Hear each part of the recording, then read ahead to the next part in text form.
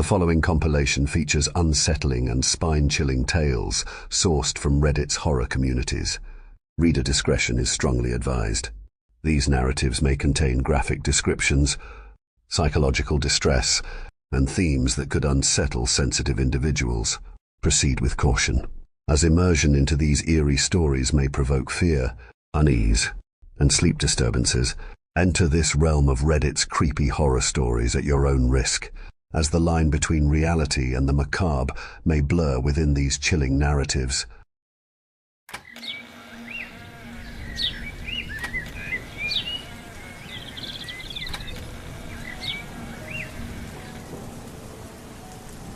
I sat in our dark bedroom, the computer screen glaring with a harsh, white light.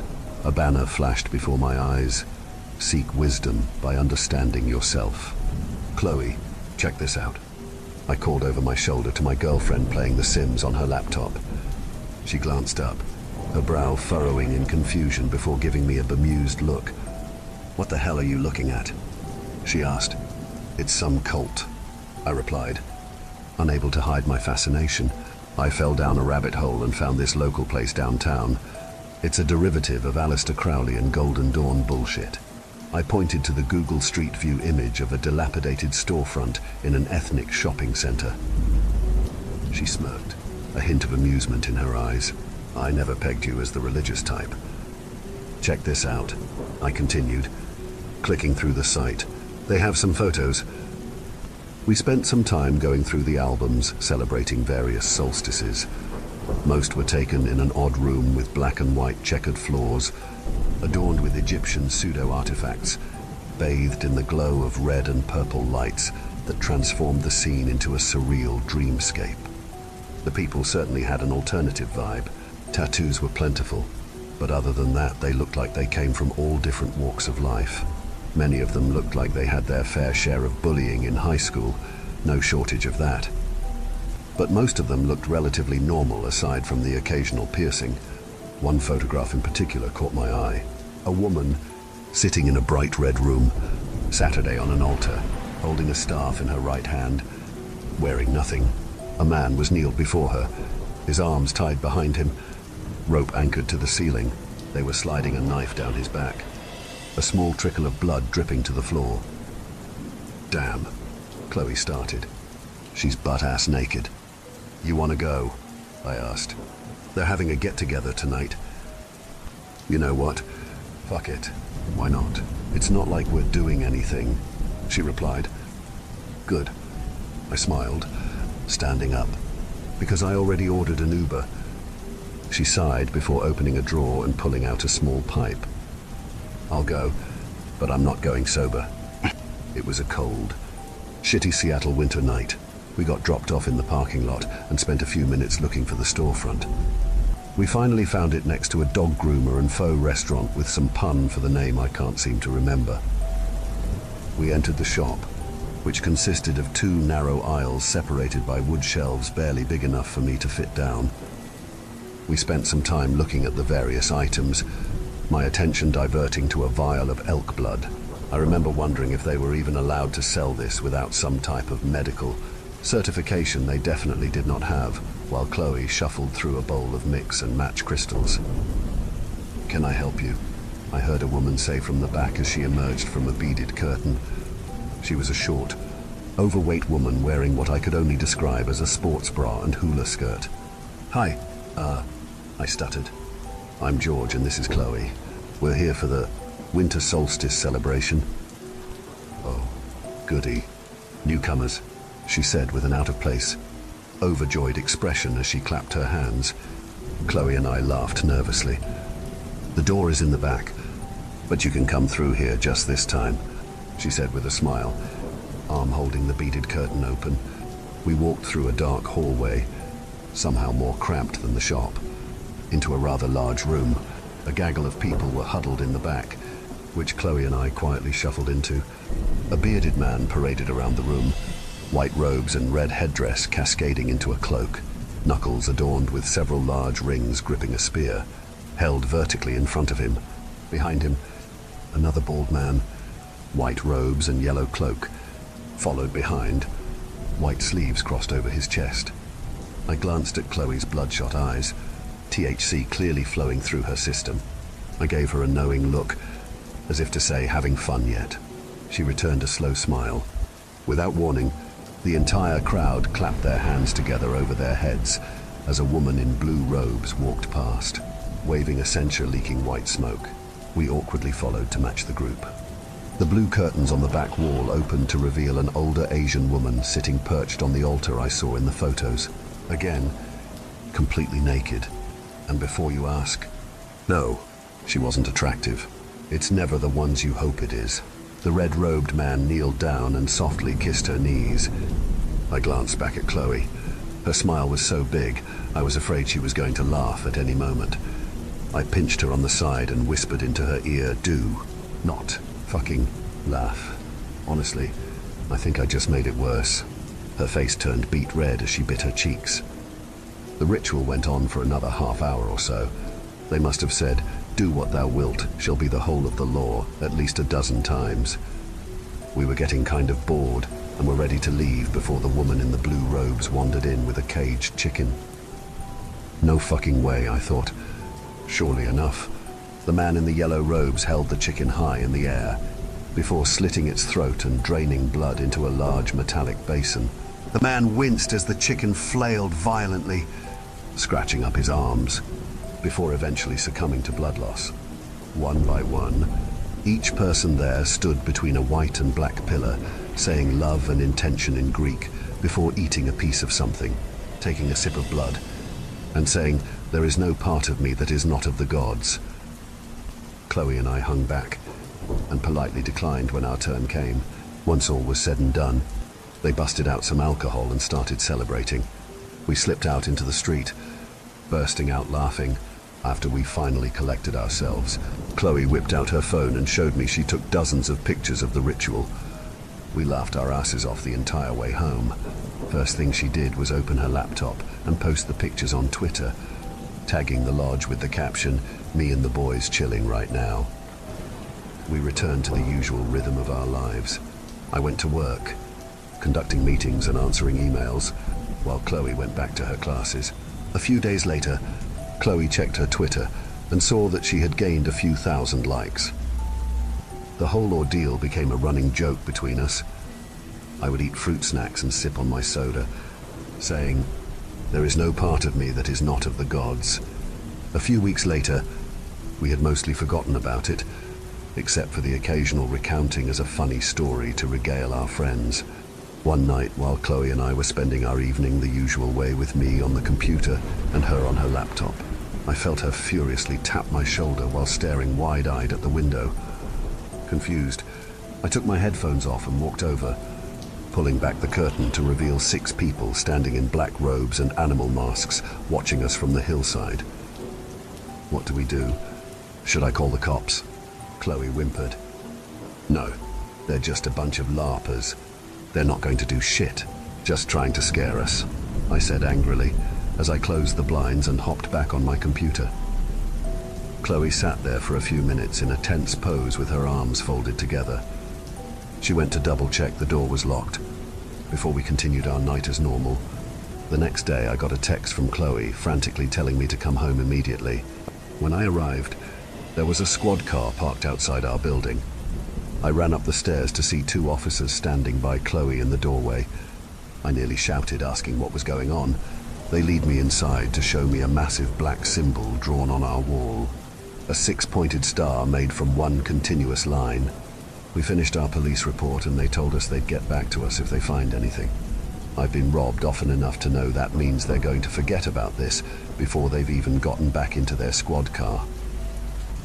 Furious, I stormed over to the shop and banged on the window. The hula skirt woman came over and cracked the door open just enough for me to see one of her eyes. What the fuck do you think your little posse is doing? I screamed at her. Breaking into my apartment like that? You all are fucking psychos! I haven't any idea what you're talking about, she said with a sly grin. Oh, yeah, I said, pointing a finger in her face. If anyone tries any shit like that again, I'm going to burn your goddamn shop to the ground. Do you hear me? She looked at the ground, clearly nervous. I have never blown up at a stranger like this, but I could tell my threats were working. After a moment of silence, I stormed off again, back towards home. "You meddle with forces you do not understand," she called out from the shop. I picked up a glass bottle from the sidewalk and chucked it, smashing against her shop window, forcing her to close the door and disappear into the shadows. I'm not particularly proud of how I behaved in this moment, but unless you've had someone break into your home and draw shit on the walls, hold on to your judgment. The next few days passed without so much as a peep from them. Chloe and I began to relax, convincing ourselves that the cult had been scared off. Life seemed to be returning to normal, and the unsettling incident became just another story. One afternoon at work, my phone buzzed. It was unusual for Chloe to call during her classes, so I quickly picked up. "Hello." Silence. Then, a faint rustling sound, like fabric brushing against the phone, followed by a sharp click. "Chloe?" I asked. No response. I called back, but it went straight to voicemail. Something felt wrong. I texted her, "Hey, just got a call from you. Everything okay?" Minutes turned into hours with no reply. She never ignored my messages. My discomfort grew with every passing minute. As the workday neared its end, I couldn't focus anymore. I told my boss there was an emergency and rushed out. As I pulled into our apartment complex, my heart sank at the sight of Chloe's bag on the ground, its contents strewn everywhere. Panic surged through me as I slammed the car door and rushed over. I screamed her name, hoping she was nearby. All down the sidewalk was her makeup, wallet, keys, and phone. With trembling hands, I quickly dialed 911. My voice was shaking as I explained the situation. The dispatcher, in a dismissive tone, asked if she might be with family or friends. Seemingly unconvinced, I felt like crying. My whole world has been stolen from me, and my only lifeline is being less than useless. After several minutes of arguing and clarification, she finally let me know a car was on the way before I hung up on her mid-sentence. With tears now running down my face, I slowly collected her belongings and put them back into her bag. Every item gave me visions of her. The concealer she put on in the morning, the hairbrush she always used in the car, the lavender essential oil she put on her pillow. I sat on the grass in a stupor for I don't know how long before I looked up to see two cops wander over to me. I explained everything. The shop, the cult, the symbols for which I still had an open police report. "Is this some kind of joke?" one asked. "No," I said as I looked up at him confused. "Why would this be a joke? She's missing. She's probably scared right now. Why won't you do anything?" "Look," one of them sighed. "We get calls like this a lot. She's not a minor, and she hasn't been gone that long. She might just be staying with a friend. If she doesn't show up in the next few days, give us a call and we'll take a look. Until then, just sit tight." I didn't respond. I just stared at the blades of grass, even as they got back in their car and drove off. I was completely and totally broken. These freaks clearly wanted us dead for mocking them, and they had the numbers to make that happen. I pulled out my phone and looked at the post with the photos Chloe had taken of the ritual. Desperate for someone to take this seriously, I started recording a video. With puffy red eyes and a shaky voice, I let it all out. I don't remember everything I said or the order I said it in, but by the end, the video was 17 minutes and 36 seconds long. I hit reply and sat on the grass until nightfall. I moved through the next day like a ghost. I didn't even bother calling out sick to work. That afternoon, I heard a knock on the door, expecting it to be my landlord bitching about our trash cans again. I opened it to find a different face greeting me, one I never wanted to see for the rest of my life. Two massive hands slammed into my chest, sending me tumbling over a bar stool. A large man with a shaved head, wearing a wife-beater and gold chain, walked in. Tim, more commonly known as Little Timmy, was anything but. Last time I heard of him, he was stealing cars from dealerships and using them to run guns down to Mexico. Given that he was now in my apartment, I'm guessing most of the felonies he was charged with didn't stick. "Where the hell is my sister?" Little man, he said as he loomed over me. I don't know. Someone took her, I said with a cough. How did you even find out? Well, no thanks to you, asshole. Not even a call to her family. He punched me in the gut. I was in a lot of pain, but I had to admit he was right. I should have told them, but I think I was in too much of a stupor to even think straight. You were supposed to be keeping her safe, he said as he kneeled down and grabbed me by the collar. I knew you were always a sniveling little shit, but she gets got and I have to find out like this, he said as he held up his phone with the video of me crying on the grass yesterday. I was confused. How did you see that? She's my sister. Dumbass. How do you think? Shit's blowing up right now. Do you not check your phone? He spat as he walked over me, further into the apartment. I snatched my phone off the counter. Notifications flooded the screen in a blur. I clicked one to see my post was now at 27,000 likes, with nearly 5,000 retweets. It had gone viral. I got a meeting with my parole officer down south in 3 days. Tim started, but I'm not leaving until I know she's safe. So either we find her, or I'm going back to jail, and that shit's gonna be on you, little man. You don't want to know what happened to the last guy that got me locked up. Right. Okay, I stuttered. I scrolled through the replies.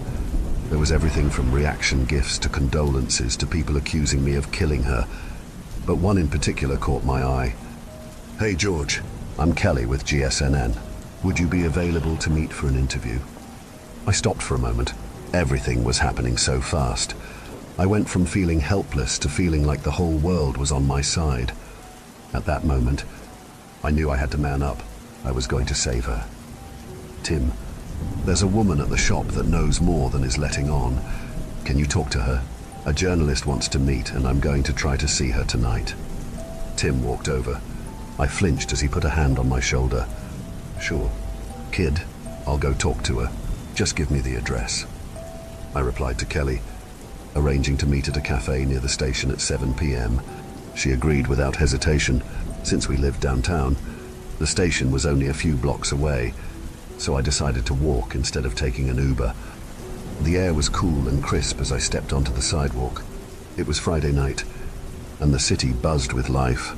Tourists filtered in and out of restaurants and bars, ready to start their wild nights.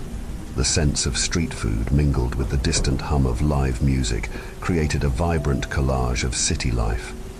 The crowds near the public market seemed thicker than usual.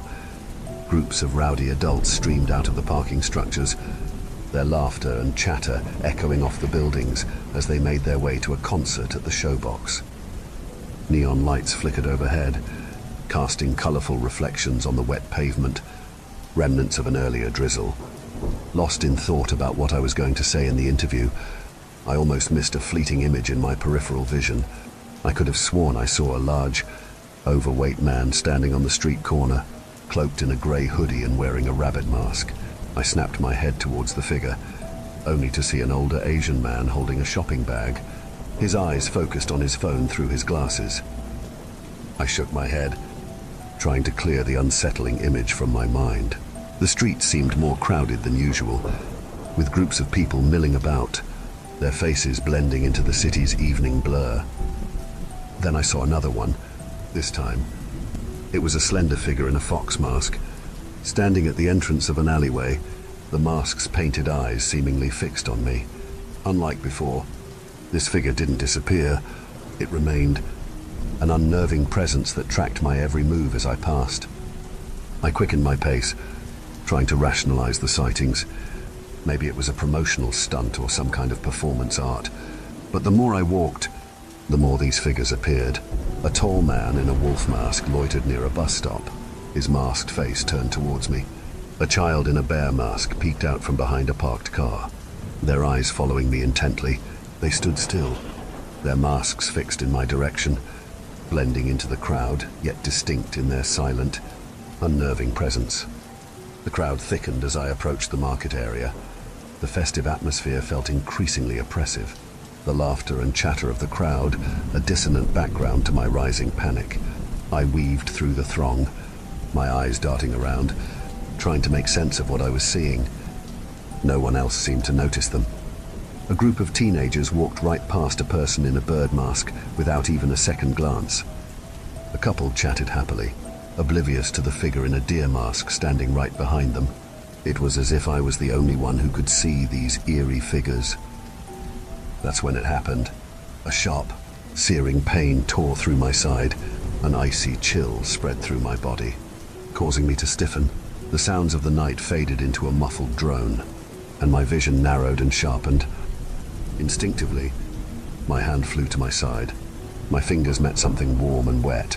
I pulled my hand away and stared at the blood slicking my skin. It was only then that the reality hit me. I had been stabbed. I stumbled, my back colliding with a cold stone wall. My legs felt like jelly, barely able to support my weight. A woman next to me screamed, her eyes wide with horror as she backed away. I tried to focus on her face, but everything blurred together, the world tilting and spinning around me. Another man rushed over, supporting my neck as I slumped to the ground. He muttered something in a reassuring tone, but his voice seemed distant. My vision started to fade as he reached down to my side.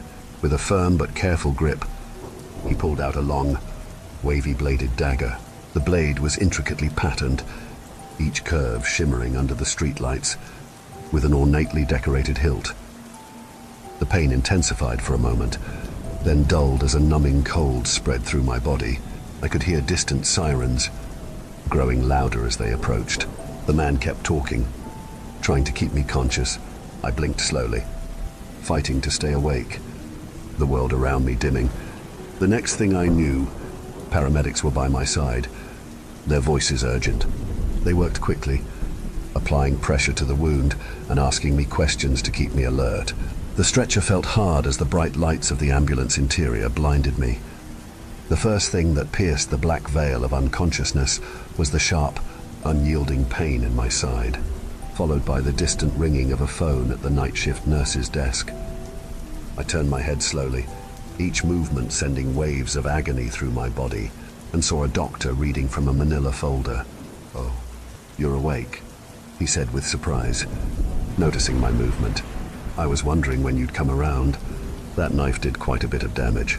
His name tag read Dr. Wilcox.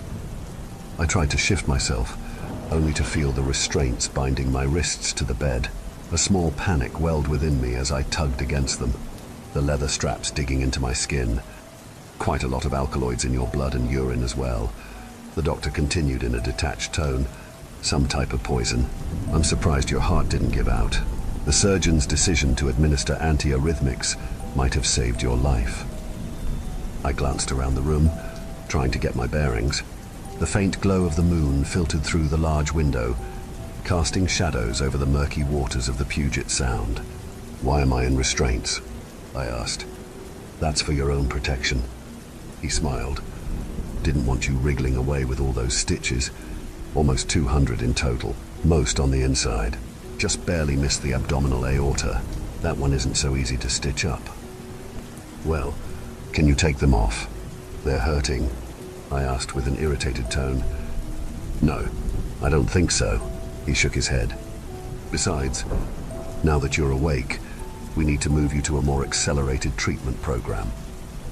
With that, he pressed a button on the wall, and 2 orderlies entered the room, wheeling a heavy-duty medical chair. "Strap him in," the doctor ordered.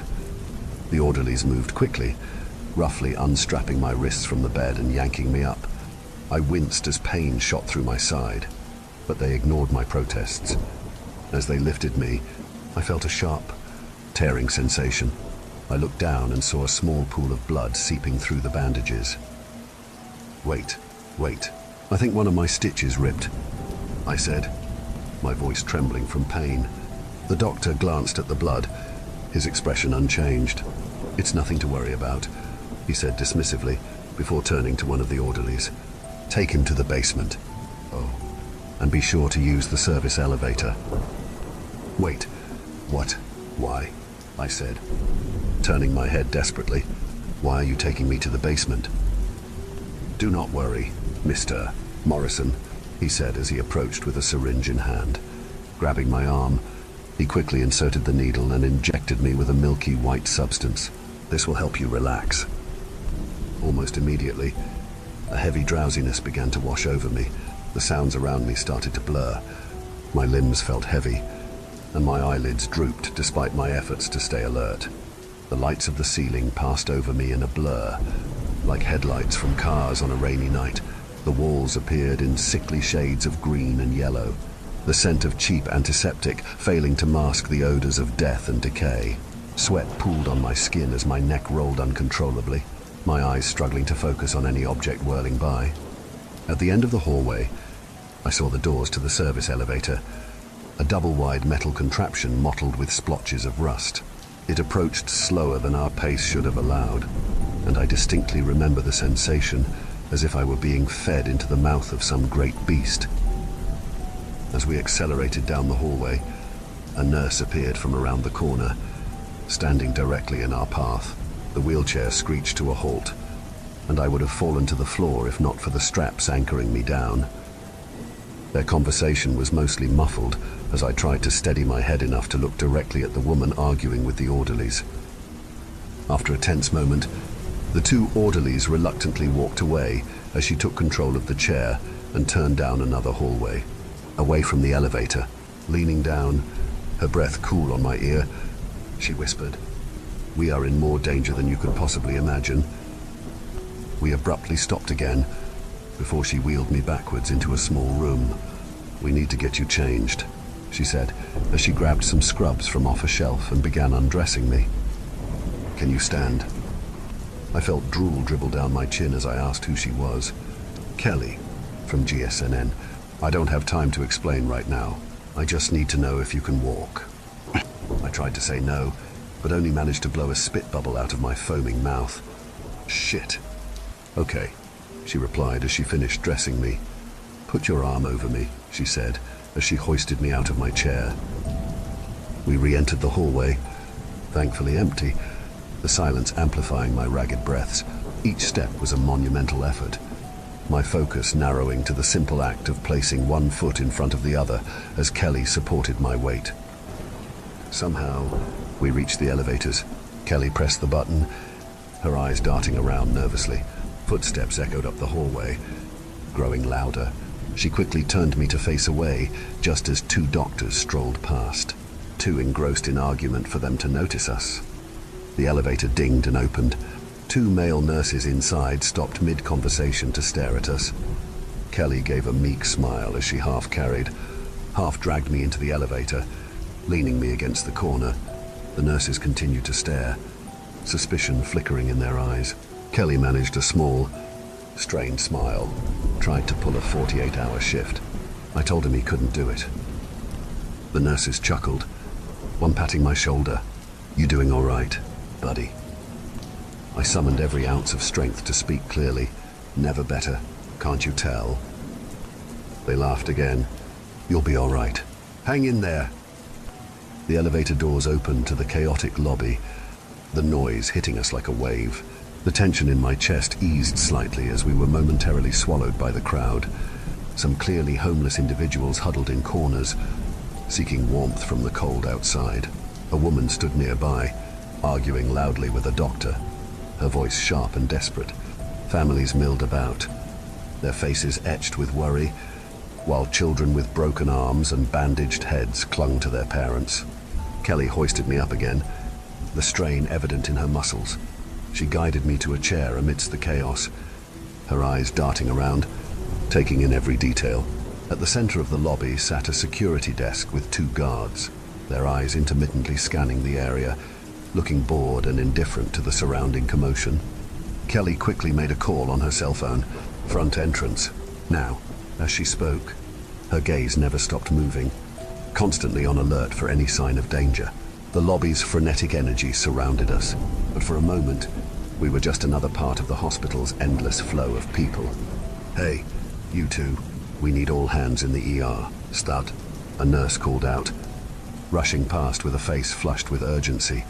"We've got 2 GSWs coming in and we're short-handed. Trauma bays are filling up fast." "Ugh." "Sorry, can't," Kelly shot back. The nurse stopped abruptly, her eyes narrowing. What do you mean, can't? Kelly hesitated for a moment. Dr. Wilcox, she said, told us to stay on standby for a special case. The nurse frowned. Dr. Wilcox, he's in the recovery room. You know, we need everyone in the ER right now. She paused. Where are your ID badges? Kelly's hand instinctively moved to her chest. We must have left them in the break room. We were in a rush. The nurse's gaze became more intense. Both of you forgot them in the break room. Why were they even off in the first place? Wait here, she said, turning towards the security desk. Shit, get up. Kelly hissed into my ear as she put my arm back over her shoulder, beelining towards the entrance. I looked over to see the nurse talking to the security guard at the desk and pointing directly at us. The doors opened as a black CRV pulled up. Kelly threw me into the back and ran around to the passenger's seat. Slamming the door, the security guards rushed in front of our car, drawing their weapons and assuming a firing stance. The wheels screeched on the pavement as the driver gunned it, hitting one of the guards and sending him tumbling onto the sidewalk. You okay, little man? I heard a familiar voice say. I looked up to see Tim driving. He'll be all right, I think, Kelly replied. After you didn't show, I knew something was wrong, Kelly said softly, taking a sip of her coffee. Thankfully, your brother-in-law reached out. I had some trouble finding you, especially since you were checked into the hospital as a John Doe. I still felt groggy, but the coffee helped. I Saturday on my worn, comfortable sofa, while Kelly perched at the dining table and Tim stood gazing out the window. The woman at the shop helped us find you. She broke pretty easily, Tim said without turning around. Didn't know anything about Chloe, though. Did you figure out why they were so angry with us? I asked. She messed up. The event was members only. She let you slip in through the shop, he replied. I absorbed the information, then turned to Kelly. So, why are you helping us? Thank you for saving my life, but what's in it for you? I've been working on this story for almost 2 years, Kelly said. Every time I tried to publish, it got kicked back. Editor said it wasn't newsworthy. I knew if I had proof of an abduction, I'd have my story. So you know everything about them? I asked, feeling a flicker of excitement. Pretty much, Kelly replied. For most of their history, they were eccentric, but harmless. That changed a decade ago when Marcus Voss took over. Kelly paused, sipping her coffee. She took a deep breath and continued. Voss was a prominent figure in the Order of the Nine Angles, or owner. These guys are the real deal when it comes to depravity. Murder, torture, ritualistic abuse. Anything you can think of, they've done it. The hysteria from the 1980s satanic panic might have been overblown, but with Voss and the owner, those fears were justified. Voss isn't known for making friends. He alienated almost every other senior member until he was eventually exiled. That's when he found the Ordo Arcana Eternum, or OAA for short. That's our guys. Voss climbed the ranks of the OAA quickly. When the former leader, the Magister Magnus, vanished, Voss seized control. He replaced senior members with his loyalists and sycophants while using manipulative recruitment tactics, targeting the vulnerable, isolating them from their families, and love bombing. Last I checked, he got their numbers up in the hundreds. Kelly's expression darkened, but that was just the beginning. Voss then turned to drugs, both using and selling. He transformed the group from eccentric spiritual seekers into a mix of addicts and hardened criminals. Under his leadership, they became dangerous, an army of brainwashed followers willing to do anything for him. Tim finally spoke up. Thanks for the history lesson, but how does this help us find Chloe? Kelly Saturday quietly for a moment. I think they're escalating towards something big. We need to go to the cops, I said, feeling a surge of urgency. With everything you've told us, they have to take this seriously.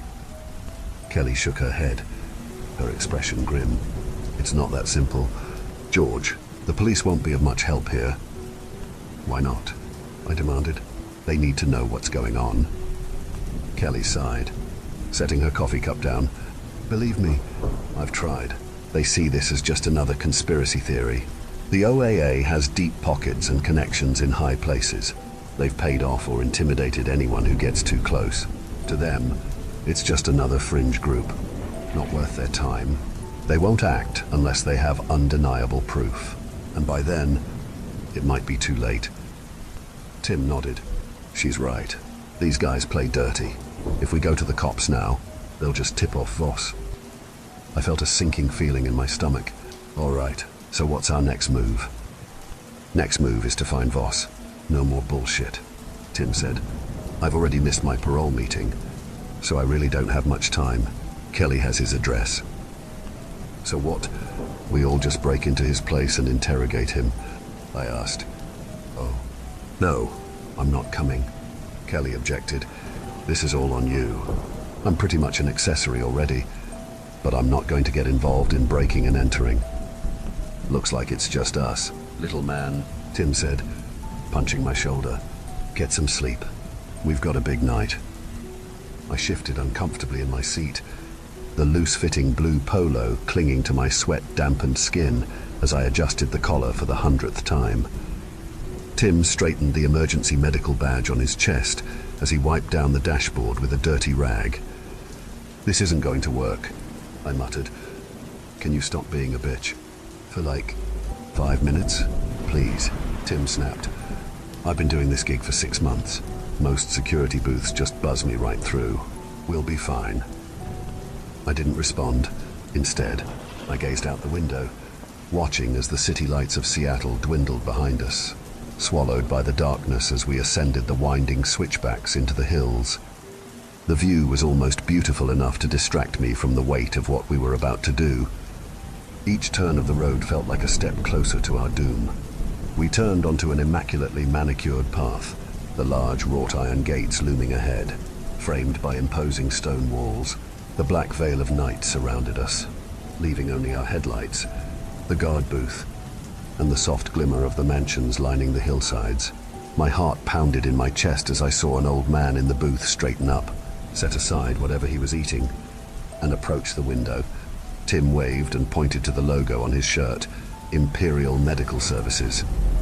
He slowed the car to a crawl, his confidence seeming unshakable.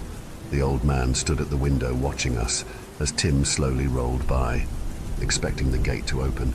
Instead, the guard held his hand up, signaling us to stop. Fuck, Tim whispered under his breath, his facade cracking ever so slightly.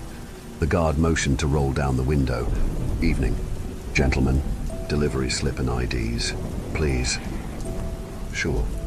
1 second, Tim said, his voice unnaturally calm. He reached into the glove box, and I caught a glimpse of IDs from at least 4 different states, all with different names but each featuring Tim's face. He picked one and handed it over along with the papers. And your friend there? The guard asked, his gaze shifting to me. He's undocumented, doesn't have ID, Tim replied smoothly. Right, 1 minute, the guard said as he stepped back into the booth. The minutes stretched agonizingly as he examined the ID and spoke on the phone, casting occasional glances our way. Tim's eyes were glued forward, his fingers drumming a nervous rhythm on the steering wheel. Sorry. Gentlemen, the guard finally called out. Without 2 IDs, I can't let you through. Are you joking? Tim shouted. I'm supposed to believe this is the only housing community on the West Coast that doesn't have undocumented workers. The guard's eyes narrowed. Not ones that show up at 11 o'clock at night. Now leave before I involve the authorities. Tim let out a defeated sigh. After a moment, he shifted the car into reverse. Wait, I interrupted. We're delivering insulin. Our paperwork shows that he ran out of it today. He could be having a medical emergency. The guard looked at me, his expression momentarily shocked. If that's the case, then we should call an ambulance. Why do you think we're here? Tim interjected. You think they call an ambulance every time someone is low on insulin? We make short-notice deliveries at least 3 times a week. Given how remote this place is, it'll probably be over an hour until a city ambulance gets out here. So, they're expecting you. "I'll just give them a quick call," he said as he turned back to his phone. I glanced at Tim with wide eyes, and I noticed his hand on a pistol hidden in his waistband. I closed my eyes and laid my head back against the headrest, the only sound being the ringing of the speakerphone from inside the guard's booth and the pounding of blood in my ears. After a few moments, the speaker clicked, asking the guard to leave a voicemail. He could have passed out. "We need to get him his shots, please," Tim pleaded. "Right. The old man stuttered. "I want you to drive straight there. If I don't see you back out here in 30 minutes, I'm phoning the police." "Thank you, sir," I said, trying to muster a convincing smile. He moved to push the gate release button, but paused. His suspicion rekindled. "Wait, why don't you have an accent?" A lump formed in my throat with my mind racing for an answer. Without missing a beat, Tim cut in. "Wow, man, really? Why does he have to have an accent?" The guard's face reddened. "Oh, sorry, really sorry. My apologies." He fumbled with the controls, and the gate creaked open. We pulled forward, the tension in the car not easing until we were well past the gate and into the dark, winding streets. "You really should have had an accent," Tim muttered, breaking the silence. What was I supposed to do? Start speaking in broken English? I snapped back. "I mean, it wouldn't have hurt." He shrugged. As we wound our way up the serpentine roads, I rechecked my pack, a length of sturdy rope, a roll of duct tape, a Glock 19 with the serial number meticulously filed off, a compact flashlight, a lock-picking set, and a first aid kit, just in case things went south. I tried to lean back and relax as I gazed out the window at the wealthy and exclusive palatial houses. Italianate villas with terracotta roofs stood beside sleek, ultra-modern homes with glass walls that gleamed under the moonlight. Each residence was spaced far apart, separated by thick stone walls or dense hedges. Clearly, whoever lived here valued their privacy. The estate finally came into view, light permeating up from the house and courtyard into the black night like a spotlight on the hillside. Dozens of cars lined the driveway and filled the cul-de-sac. Groups of people approached a guarded checkpoint where security personnel frisked them and scanned their invitations. Once cleared, they were handed black cloaks and masks before entering the mansion. "This is bad. We should turn around." I panicked. "No, this is perfect," Tim replied, a confident edge to his voice. "They're handing out the disguises for us. We'll blend right in. Just keep it together." Every instinct screamed to run, but I knew there was no turning back. I mirrored Tim, slipping my gun into my waistband as we parked. I scanned the area, searching for a way to bypass security, but Tim was already out of the car, striding up the stone driveway. I hurried after him, trying to match his composure. As we approached, several security guards eyed us, their suspicion evident. "Delivery," he announced, opening his bag to reveal it was packed with bottles and syringes. The guard frowned. No one mentioned a delivery. Tim continued, "We have an order." I gave my delivery slip to the gate guard. "Feel free to call him." I gritted my teeth, waiting through the uncomfortable silence. "Hold on, I'll call Mr. Voss to confirm," the guard said, reaching for his radio. Before he could speak, a familiar voice interrupted. "No need. Gentlemen, they're with me." "Doctor," Wilcox emerged from the shadows with a malicious smile. I felt as if the wind had been knocked out of me. "Glad you could make it," he said in a sinister tone. "Wouldn't want you to miss the party." He waved us through, and a woman in an animal mask stepped forward, handing us robes and masks of our own. They confiscated Tim's bag, but left us otherwise unsearched. "Enjoy your evening." "Doctor," Wilcox added before turning to the guards, "make sure they don't leave before meeting me in the basement after the festivities." As Dr. Wilcox disappeared into the mansion, two guards moved in close behind us. Tim and I exchanged a wary glance before heading through the massive wooden doors. The first thing that hit me was the stench, sweat, animal musk, and incense. Around the foyer, People crawled on the ground like deranged animals. Some barked, others neighed, and a few sniffed each other like dogs, their movements ridiculously exaggerated. It took a moment to realize they were imitating the creatures on their masks. A sharp pressure slammed into my back, forcing me to my knees. I clutched the mask in my hand, a cat. With a heavy sigh, I slipped it on and dropped to all fours. The guard's grip was unforgiving as he snapped a collar around my neck, yanking me into the writhing crowd. I lost sight of Tim, the chaotic mass swallowing him up. He couldn't be enjoying this any more than I was. As I descended into the rabid throng, the animal sounds grew deafening. My senses were assaulted from all directions. Masked faces loomed in and out of view, their eyes wild and unhinged. The air was thick with heat and the reek of unwashed bodies, making each breath a struggle. Around the edges of the crowd, figures in white robes moved with calm. They held trays of hors d'oeuvres and waved ornate fans, their masks having no eye holes, leaving them presumably blind. It was obvious they were the servants, catering to the bizarre whims of the revelers. One servant caught my eye, towing a strange contraption behind him. It resembled an oversized censer, billowing thick, sweet-smelling smoke into the crowd. As the haze spread, those closest to it seemed to grow more frenzied, their movements becoming even more exaggerated and grotesque.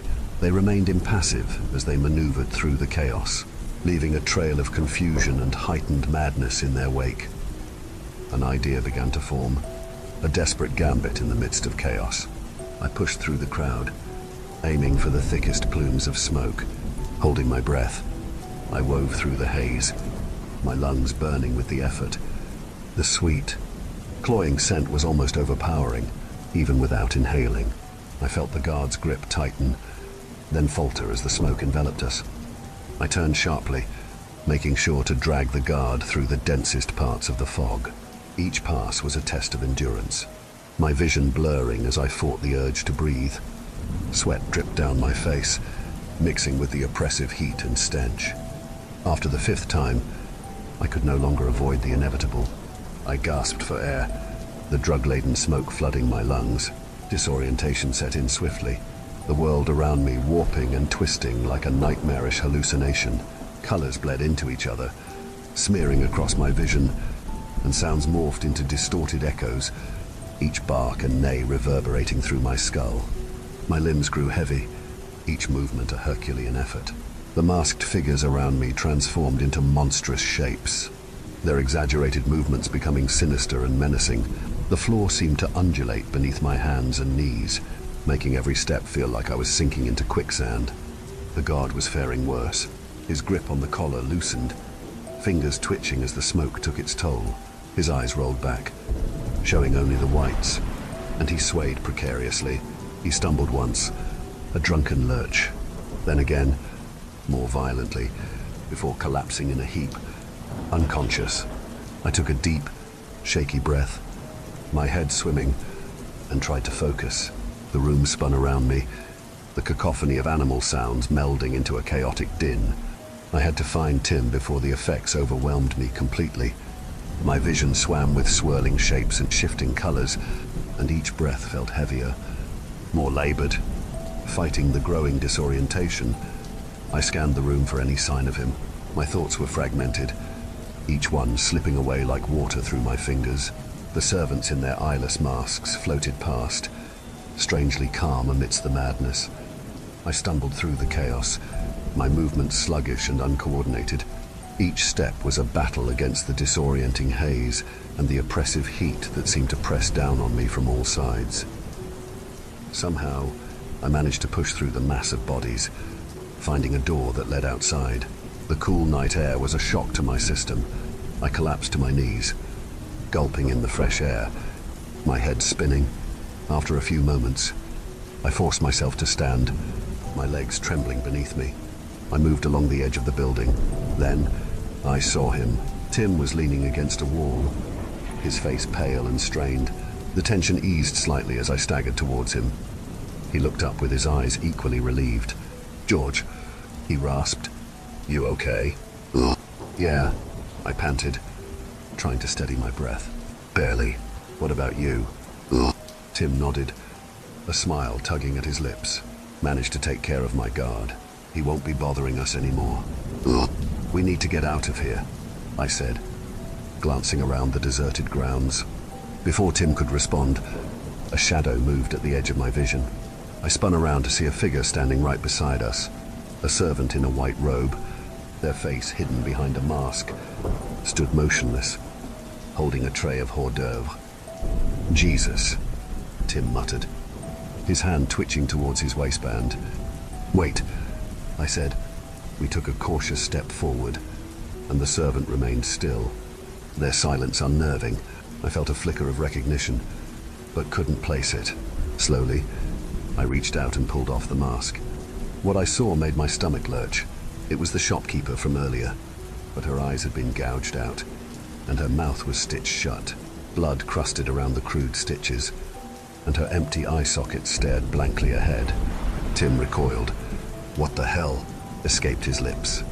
The shopkeeper's chest heaved with shallow breaths, letting out a soft, pained moan barely audible above the discord emanating from inside. Oh my God, I stammered. What did they do to her? Ugh. Tim's face hardened. I don't know and I don't care. Let's go. We turned to leave, but the shopkeeper's hand shot out, grabbing my wrist with surprising strength. Her grip was cold and desperate, her head tilting as if trying to communicate. We can't leave her like this, I said, my voice trembling. Tim hesitated, his eyes darting between me and the figure. We don't have a choice. We can't help her. We need to find Chloe and get the hell out. Ugh. The shopkeeper's grip tightened, her breath ragged and wheezing through her nose. I forced myself to look at her, fighting the urge to turn away from the horror. I'm sorry, I whispered, prying her fingers off my wrist. I'm so sorry. Ugh. A low, resonant bell tolled somewhere deep within the mansion, the sound cutting through the night like a funeral knell. The discordant noises from inside suddenly ceased, replaced by a haunting quiet. For a moment, we stood unmoving in the silence. We heard the sound of shifting cloth as we watched through the windows. The revelers unanimously began to stand and filter out towards the backyard. They moved in a trance, like moths to a flame. Tim and I exchanged wary glances before sneaking to the edge of the house, watching the steady stream of black wade into the torchlit labyrinth. At the very back of the yard stood a massive stone sculpture resembling an owl, with a bonfire roaring at its feet. Standing on the platform was a row of servants. One in particular stood out from the rest. I couldn't see her face, I couldn't see her body, but I knew. It was her. It was Chloe. The night air was thick with the cloying scent of incense, mingling with the soft, ominous chants of the others. Each breath felt heavy, tainted with the stench of decay and something ancient, malevolent. My mask stuck uncomfortably to my face, the chill night air dampening the fabric pressed against my skin. Stay close, Tim whispered as we followed the procession into a vast courtyard, open to the night sky. The walls were adorned with ancient symbols and statues that seemed to writhe in the torchlight. My eyes never left Chloe standing near the altar, her posture vacant. There she is, I muttered to Tim before a heavy silence blanketed the courtyard. Marcus Voss emerged from the shadows, his presence like an eclipse, casting a pall over the gathered cultists. His predatory eyes scanned the assembly with a gaze that seemed to pierce the soul. Every movement he made was deliberate, each step echoing with an authority that demanded absolute obedience. Voss wore an intricate robe, its fabric a deep, abyssal black, embroidered with symbols emanating an otherworldly light. Behind him followed Dr. Wilcox. He too was robed in dark finery, his hands cradling a blade that gleamed under the flickering torchlight. Voss paused, allowing his presence to settle over the crowd. His voice, when it came, was a silken thread that wove through the silence. "Gather, my disciples," he intoned. "Tonight, we unveil the true faces of those who dare to seek true understanding." Voss turned to the three standing there, with Chloe at the end. His gaze lingered on each one. "Doctor," Wilcox stepped forward, raising the blade high for all to see. It looked identical to the one plunged into my side not a week prior. He held it there for a moment, before lowering it and gesturing back to Voss. But first, he continued, there is the matter of retribution. 2 men were dragged forward, their bodies covered in dirt and nearly naked save for mud-stained briefs and burlap sacks over their heads. They struggled weakly. The men holding them ripped away the sacks, revealing the terrified faces of the orderlies from the hospital. Voss's gaze swept the crowd once more. As many of you know, he began, a profane presence has infiltrated our sacred rites, corrupting our rituals. I've been informed that he skulks among you, thinking himself hidden at this very moment. The crowd stirred, masked faces turning this way and that in search of the intruder. I mimicked their movements, trying to stay hidden. Worry not. Let him be. Let him see our ways, Voss declared. Let him understand. He turned his attention back to the orderlies. These men, he spat, were coerced by another profane. They betrayed our order to save the one who defiled our sanctuary. I ask of you, what should be their punishment? A clamor began amongst the followers. Death rang out from the crowd. Blindness, shouted another. Voss held his hand up as the silence returned. I am nothing if not your servant. But these are punishments for the profane. These men were trusted. It is one thing to violate our order, but it is another to have seen the light and to turn away. Purificatio, a solitary voice emanated from the crowd. Purificatio, Voss repeated with a smile. Is this our final judgment? The men pleaded with Voss, their voices drowned out by the crescendo of voices in the crowd repeating Purificatio. I glanced at Tim, whose eyes were glued on Chloe. Voss held his hand up once more, and once again the silence returned. He announced, the will of the collective is divine, before gesturing to Dr. Wilcox. The orderlies' pleas grew more desperate, imbued with fear and sorrow that only fueled the fervor of the crowd. The men were dragged, kicking and screaming, towards the giant bonfire at the foot of the colossal owl statue, its eyes gleaming in the firelight. As we positioned ourselves towards the front of the crowd, I took in the stage with renewed clarity. The statue's base was hollowed into an oven, its edges licked by relentless flames. Smoke spiraled upwards, drawn through the statue's hollow core, escaping from the glowing eye holes of the owl, as if brooding over the scene below. The flames roared hungrily, their heat sweltering even from a distance. The men's screams grew louder, their faces contorted with sheer terror as they were forced closer to the inferno. Their skin glistened with sweat, their eyes wide with the primal fear of impending death. They struggled against their captors, but the grips that held them were unyielding, eyes alight with fanatic zeal. With a final shove, the men were cast into the roaring bonfire. Their initial screams pierced the night, high and shrill, a horrifying symphony of agony. The intense heat quickly blistered their skin, causing it to bubble and peel away, revealing raw, sensitive nerves.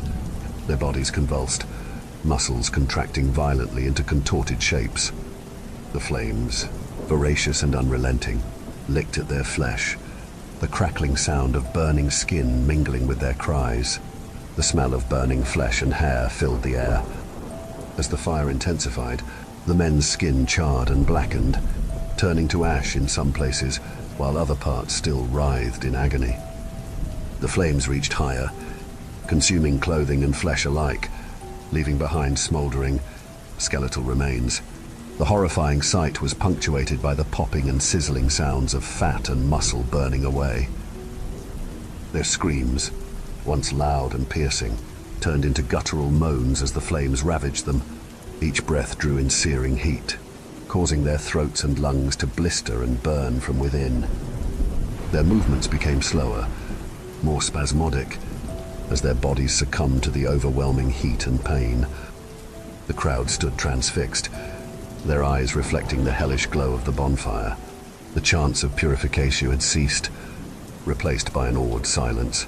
The statue's stone gaze seemed to judge the proceedings with approval.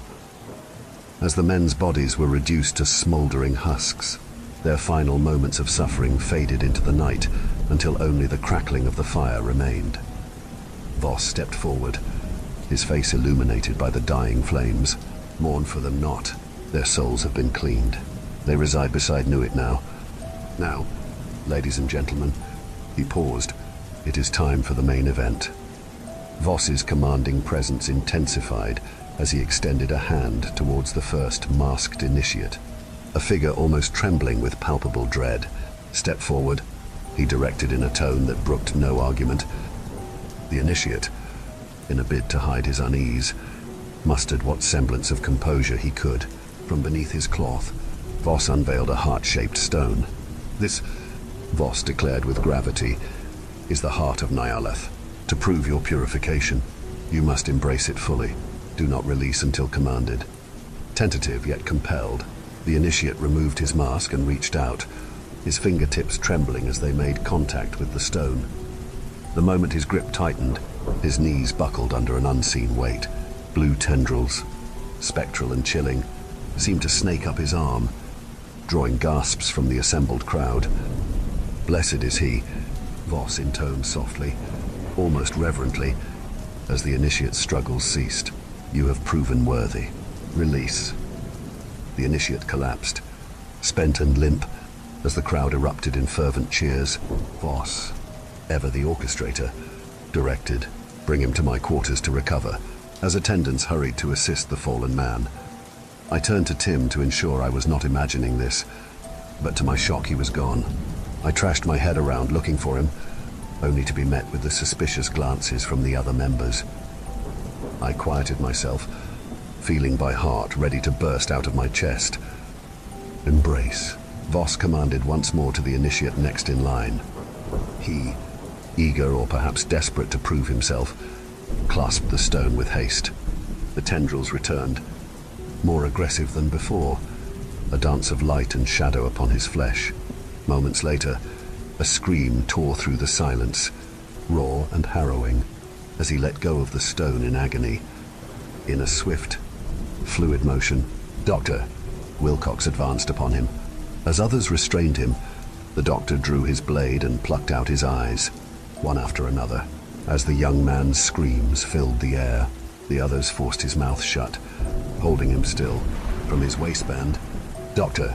Wilcox produced a string, and with the calm of a seasoned artisan, he began to stitch the initiate's lips together, sealing the screams within as the crowd cheered as before. Voss waved dismissively, a cold finality in his voice. Take him for reorientation. Another life. Perhaps, he murmured, turning his attention to Chloe. Suddenly, Tim's voice shattered the suspense. Guess again, motherfucker. His arm shot out, snaking around Voss's neck in a tight headlock. His gun pressing against the temple, Voss strained under Tim's grip, his face contorting with discomfort. Timothy, the dramatics are unbecoming, Voss managed to choke out, his voice strained but mocking. Shut up, bitch, Tim hissed. She's not your slave anymore. We're getting out of here. Voss chuckled darkly, his voice raspy. Accusations of slavery. Yet here you are, dictating terms you think she wants to follow. Tim's eyes flicked to Chloe, searching her face. Her expression was unreadable, distant. Guards surged forward, their weapons raised, creating a tight circle around them. Gentlemen, gentlemen, are we but animals? Voss laughed. Let the lady choose, I say. Turning to one of the guards, he snapped. Give her your weapon. The guard, clearly conflicted, hesitated only a moment before handing his gun to Chloe. She took it, her hand steady, examining the firearm with calm. Choose, my dear, Voss whispered, his eyes gleaming with anticipation. Chloe lifted the gun, her aim steady. As she directed the weapon, her finger tightened on the trigger. A loud crack split the air. Tim cried out, his gun clattering to the ground as he clutched his hand, blood spurting between his fingers. The bullet had torn through his palm, leaving a ragged, gruesome wound.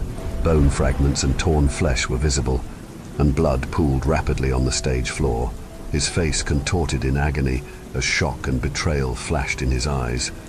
Voss's gaze softened as he turned to Chloe, his voice dropping to a whisper. "My dear, their desperation only tightens our bond, doesn't it?" The words made my stomach churn. "By the way, that's the one," Voss declared, his finger unmistakably pointing at me amidst the throng. "Sticks out like a sore thumb. Bring the three of them to my quarters. The other initiate will have to wait."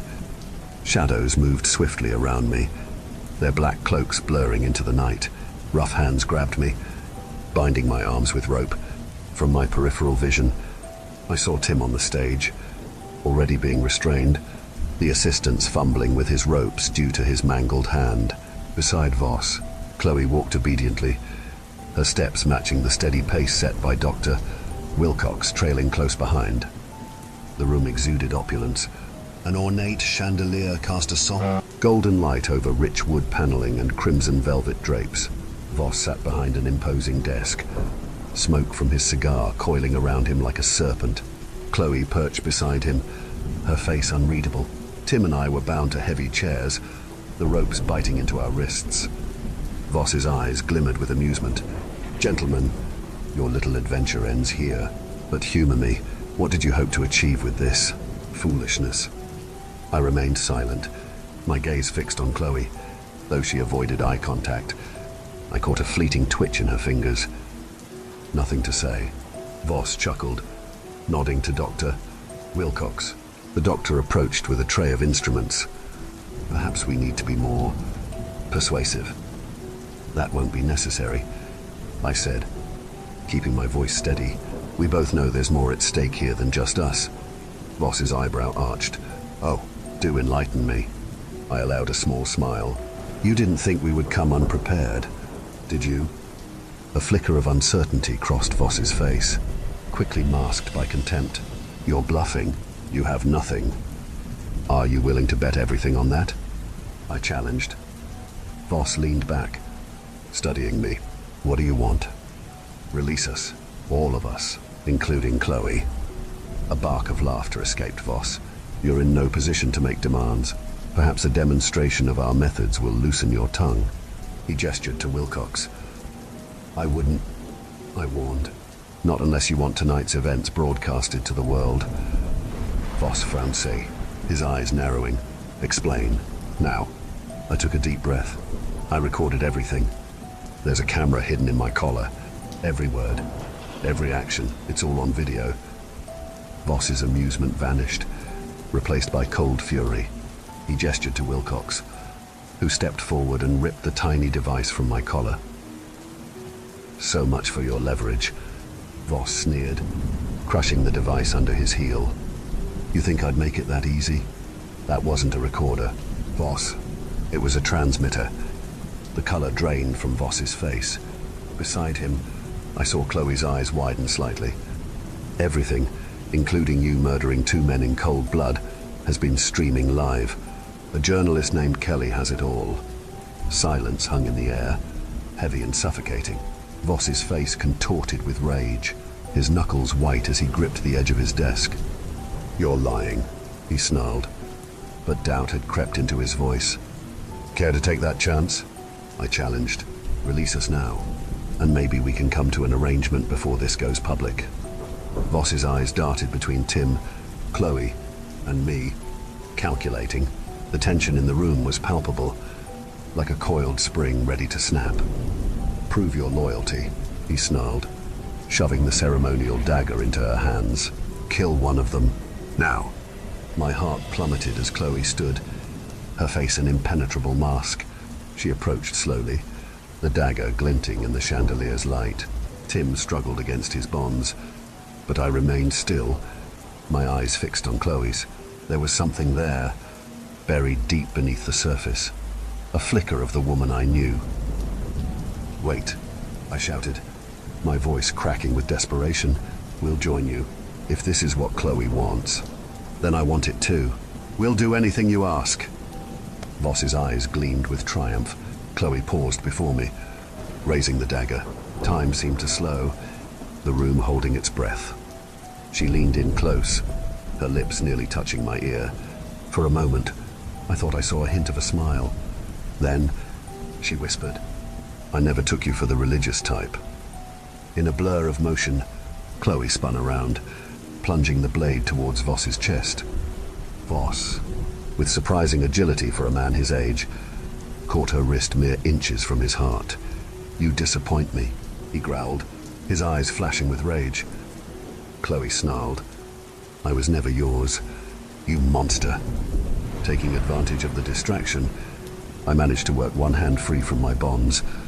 As I struggled with the other, Tim did the same, both of us driven by desperation. Chloe fought against Voss's grip, her face contorted with effort. "Help me," she shouted, her voice strained. Finally free, Tim and I launched ourselves into the fray. I tackled Voss from behind, trying to break his hold on Chloe, while Tim lunged for Dr. Wilcox, who had been moving towards the door. The room descended into chaos. Voss lashed out with surprising strength, his elbow catching me in the ribs and sending me reeling. Through the mayhem, I caught glimpses of Tim grappling with Wilcox. I grabbed a heavy candlestick from the desk, swinging it at Voss. He ducked, narrowly avoiding the blow, but lost his footing in the process. Chloe seized the moment, wrenching her arm free and reclaiming the dagger. With a fierce cry, she plunged it into Voss's chest. Voss's scream was piercing, filled with pain and disbelief. He stumbled backward, clutching at the dagger protruding from his chest, before collapsing to the floor. As suddenly as it began, everything went still. The only sound was our heavy breathing and Voss's weakening gasps. Voss crumpled to the floor, the unearthly light fading from his eyes. "You don't understand," he gasped, what I was trying to prevent. His final words died on his lips as the last breath left his body. We stood there, panting, surrounded by the wreckage of the confrontation. Chloe's hands were shaking. "I'm so sorry," she whispered, tears welling in her eyes. "I had to play along, to protect you both. I never thought it would go this far." I pulled her into an embrace, feeling her sob against my chest. "It's okay," I murmured. "It's over now." A grunt of pain drew our attention. Tim had Dr. Wilcox pinned against the wall, his uninjured fist raised. The doctor's face was already swollen, blood trickling from his nose and split lip. "Tim, stop," Chloe cried out, but her brother seemed beyond reason, years of pent-up rage pouring out in a relentless assault. Tim's fist connected again and again, each impact punctuated by a sickening thud. Blood sprayed with every blow, splattering across the ornate wallpaper and pooling on the polished floor. Despite the agony that must have been shooting through his shattered hand, Tim showed no sign of slowing down, his face contorted in a rictus of fury and pain. Wilcox's legs buckled, but Tim held him up, unwilling to let his target slip away. The doctor's head lolled, consciousness clearly fading, yet Tim's onslaught continued unabated.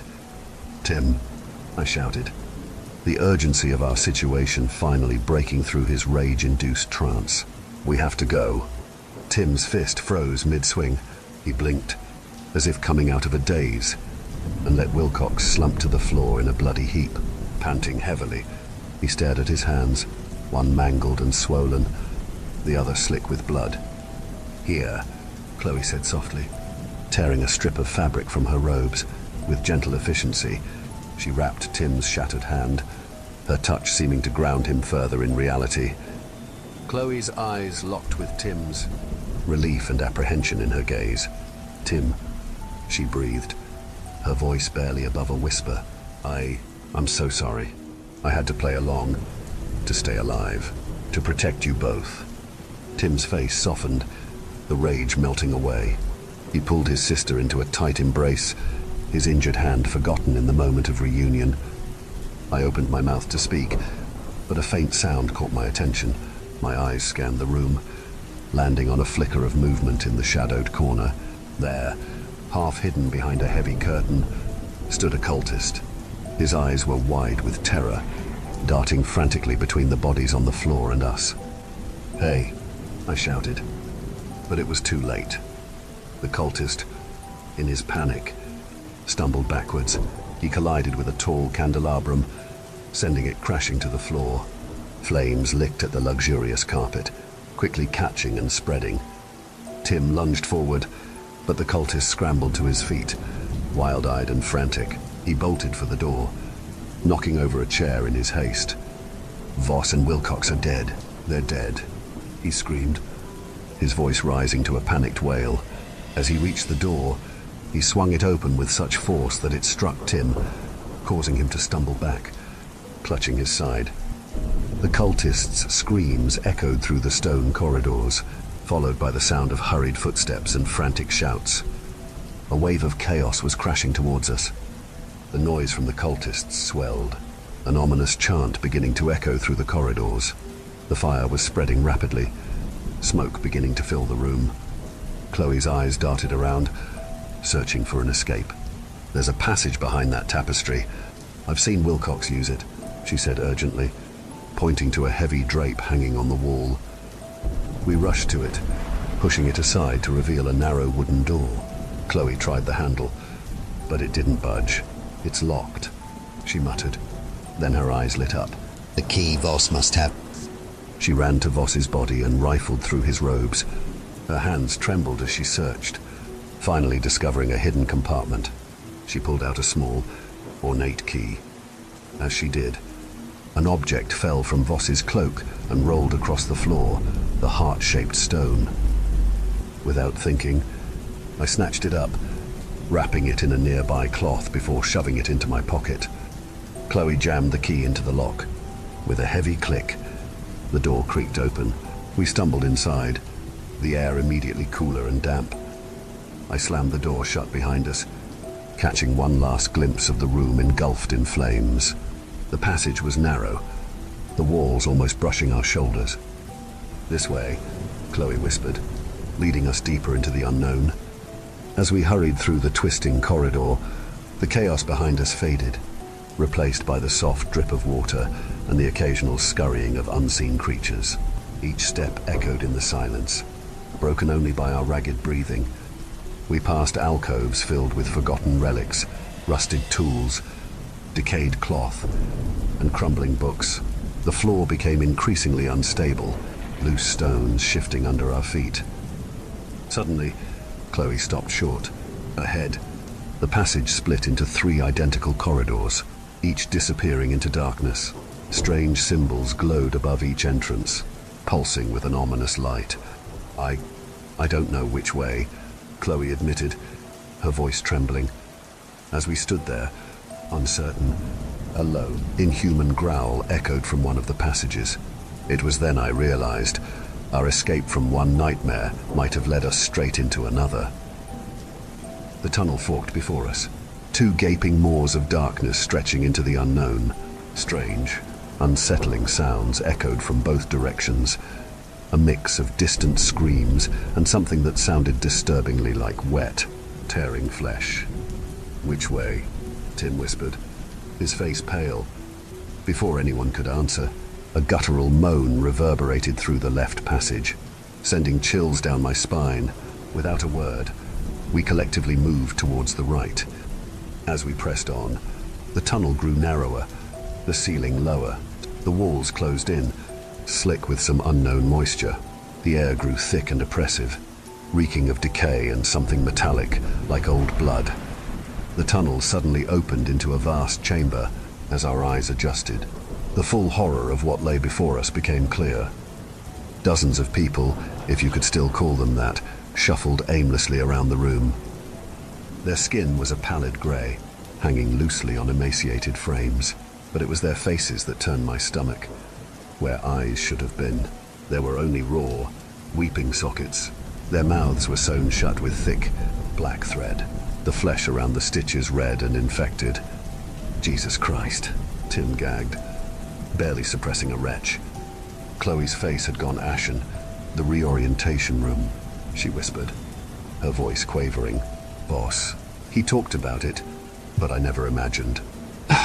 One of the figures lurched towards us, empty sockets somehow fixed on our position. Its mouth worked against the stitches, producing a muffled, agonized moan. Over there! I pointed to a door on the far side of the room. That might be our way out. We skirted the edges of the room, trying to avoid the shambling figures. Their eyeless gazes seemed to follow our every move. Tim reached the door first, grasping the handle.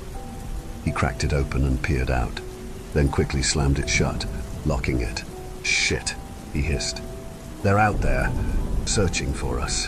What now? Chloe asked, her voice trembling. Before I could respond, a new scent cut through the room's miasma. Smoke, the acrid smell of something burning. Do you smell that? I asked. Tim sniffed the air. Smoke. The fire must have spread. As he spoke, Tim suddenly swayed on his feet, the color draining from his already pale face. The makeshift bandage around his wrist was soaked through with blood.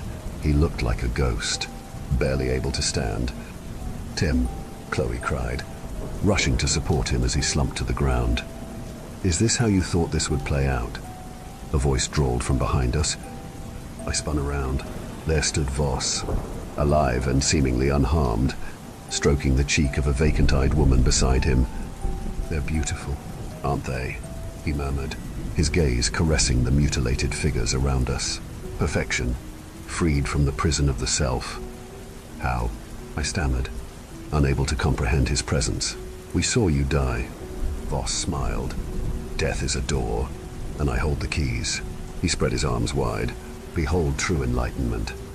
The shambling figures began to close in around us, their muffled moans rising to a fevered pitch. Smoke started to seep under the door, and Tim's breathing grew more labored. The weight of the stone in my pocket felt like an anchor, dragging me down into depths I couldn't fathom. Around us, the eyeless, mutilated figures shuffled restlessly, their muffled moans a haunting chorus that set my teeth on edge. The air hung heavy with the stench of fear and something else, something ancient and wrong. Voss stood before us, his eyes gleaming with a mixture of triumph and... was that fear? I couldn't be sure. Nothing made sense anymore. Your ignorance is a blessing, Voss said, his voice carrying the weight of terrible knowledge. You dance on the edge of an abyss, unaware of the horrors that lurk in its depths. My jaw clenched, anger and confusion warring within me. I glanced at Tim, barely conscious beside me, then at Chloe, her face determined. What are you talking about, Voss? What could possibly justify this? I gestured at the mutilated figures surrounding us. A bitter laugh escaped Voss's lips. Justification. There is no justification, only necessity. The old ones are stirring. George, their awakening is inevitable, and when they rise, reality itself will unravel. As he spoke, I noticed a subtle shift in the eyeless horrors around us. Their constant, pained moans began to change, taking on a different cadence. Some swayed slightly, others twitched as if picking up on some inaudible frequency. You're insane, Tim muttered, his voice weak but defiant. Voss's eyes blazed with fervent intensity. Insanity would be a comfort, a shelter from the truths I've witnessed. These, he swept his arm towards the eyeless figures, are not victims, but the vanguard of humanity's survival. Survival. I spat the word out, disgust churning in my gut. You call this mutilation survival? I call it preparation, Voss hissed. When the old ones awaken, their mere presence will shatter minds and rend souls. These chosen few, they are being inoculated against the coming storm. The stone in my pocket seemed to pulse in response to Voss's words. I couldn't take it anymore. In a moment of desperation, I pulled it out. Holding it high, it was still wrapped in the cloth from earlier, preventing contact with my skin. The pulsating heart-shaped stone cast a pallid glow across the chamber. Voss's eyes widened, as reverence and fear etched across his face. Enough of this madness, I growled, my voice steadier than I felt. Let us go, or I swear I'll shatter this thing into a million pieces. Voss's laughter this time was tinged with genuine regret. If only it were that simple. George, do you think you're the first to try? I've seen that stone survive nuclear fire and the crushing depths of the ocean. Many have tried to destroy it. All have failed. The stone seemed to pulse faster in my grip, as if reacting to Voss's words. I felt Chloe tense beside me, her eyes fixed on the artifact. "You're lying," Chloe said, her voice barely above a whisper. "This can't be the only way." Voss turned his gaze to her, a mix of pity and resignation in his eyes. "If only it were a lie. Child, the truths I've seen would shatter your sanity." As they spoke, the figure's movements became more pronounced. Hands clenched and unclenched, heads tilted as if listening to a distant call. The air grew thick with tension, an almost electric charge building around us. "And what about their sanity?" Chloe demanded, gesturing to the mutilated figures around us. "You've already destroyed them." "A necessary sacrifice," Voss replied, his voice heavy. "Better a fraction of humanity endure this fate than for all to be consumed when the old ones awaken." I saw something change in Chloe's eyes then, a spark of defiance, of terrible resolve. She took a step towards me, her gaze locked on the heart-shaped stone in my hand. "Chloe, don't," I warned, instinctively pulling the stone closer to my chest. A part of me knew what she was about to do, and I was terrified. She met my eyes, and I saw a determination that chilled me to my core. "No more secrets," she said, her voice resonating with resolve. "No more lies. If there's truth to be known, I'll tear it from the void myself." Time seemed to slow. I saw Chloe's hand reaching for the stone, and Voss's face contorted in awe and horror. I wanted to stop her, to pull away, but my body wouldn't respond. Chloe's fingers touched the stone. Purple tendrils, like living veins, erupted from its surface, snaking up her arms. Her eyes widened, then began to glow with a purple light. The stone seemed to fuse with her touch, and she stood rigid, her gaze fixed on something beyond the confines of our reality. An unnatural stillness fell over the room. Chloe's chest barely moved, her breathing shallow and slow. The purple tendrils pulsed with a rhythm, as if carrying unspoken messages between Chloe and whatever cosmic entity she now communed with. Voss's eyes darted between Chloe and the mutilated figures surrounding us. "Impossible," he said, a tremor in his voice. "She shouldn't be able to." A low, guttural sound began to build from the throats of the eyeless ones. It started as a hum but quickly grew in intensity. Their bodies began to twitch more violently, heads snapping back and forth as if in the throes of a seizure. "We need to stop this," Voss said, taking a step toward Chloe. "If she fully bridges the gap between our world and theirs." I moved to block him, my heart pounding. "Don't you dare touch her." The humming crescendoed into a discordant wail. Several of the figures began to claw at their sewn-shut mouths, blood trickling down their chins as they tore at the stitches. Voss's face had gone pale, real fear in the lines of his face. "This can't be happening," he muttered, almost to himself. "The barriers, they're breaking down." I looked back at Chloe. Her eyes, still glowing that unearthly purple, had begun to leak tears of the same color. They trailed down her cheeks like alien rivers, dripping onto the pulsing stone in her grasp. The wailing reached a fever pitch. I clapped my hands over my ears, the sound threatening to split my skull. Through the cacophony, I heard Voss shouting, "We have to sever the connection. If we don't, they'll come through. Don't you understand? They'll devour everything." But before any of us could move, before we could even think of how to stop what was happening, the eyeless figures suddenly fell silent. As one, their ruined faces turned towards Voss. In that moment of terrible quiet, I saw real, absolute terror dawn on Voss's face. "No," he whispered. "Please, no." Then chaos erupted. The nearest figure lunged at Voss with inhuman speed, gnarled hands gripping his robes. Voss's scream pierced the air as more of the mutilated horrors swarmed him, their sewn mouths working against their stitches in a frenzied hunger. I grabbed Tim, supporting his weight as we backed away from the gruesome scene. Chloe remained motionless, locked in her cosmic trance, the purple tendrils pulsing along her arms in an eldritch rhythm. "We have to go," I shouted over the sounds of rending flesh and Voss's agonized screams. The eyeless horde turned towards us, their ruined faces somehow conveying a terrible hunger. My heart thundered in my chest as they shuffled forward. backing us against the wall. But just as I braced for the end, the horde surged past us. They burst through the door, their muffled shrieks echoing through the mansion, the sounds of chaos, shattering glass, splintering wood, and terrified screams filled the air. "What's happening?" Tim gasped. "I don't know," I replied, my eyes fixed on Chloe's eerily still form. "But we need to get out of here, now." As we moved towards the exit, stepping over Voss's ravaged remains, Chloe suddenly gasped. The purple glow faded from her eyes, and she stumbled, the heart falling from her grasp. As it fell to the floor, it disintegrated into ash before blowing away in the wind. "Chloe," I caught her before she could fall. "Are you okay? What did you see?"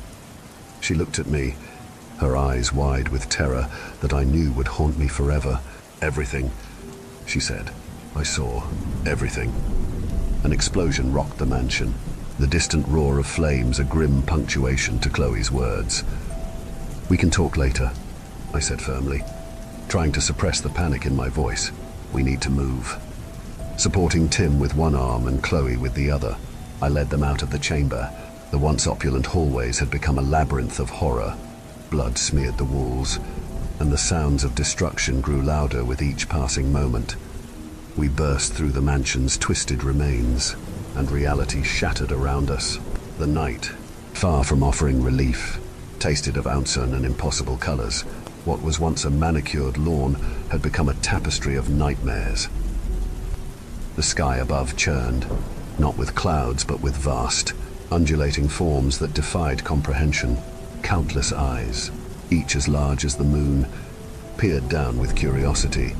Their gaze scraped against my sanity like nails on a chalkboard. With each passing heartbeat, the world around us unraveled further.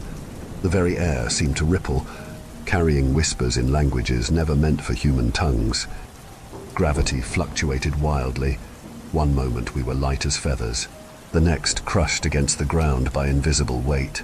The path beneath our feet bubbled and shifted, sometimes solid, sometimes as insubstantial as mist. A sound like 1,000 screaming violins emanated from the sky. The ornate fountain at the center of the grounds erupted, spewing not water but a viscous, black fluid. "Right," I shouted, my voice distorting strangely.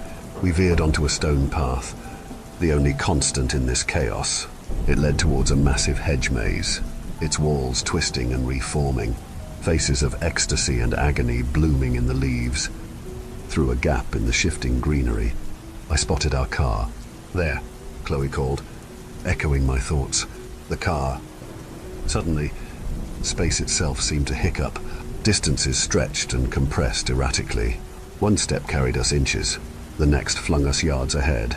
I saw ghostly echoes of actions we hadn't yet taken, heard fragments of conversations yet to occur.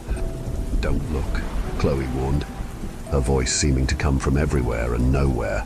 "Don't try to make sense of it."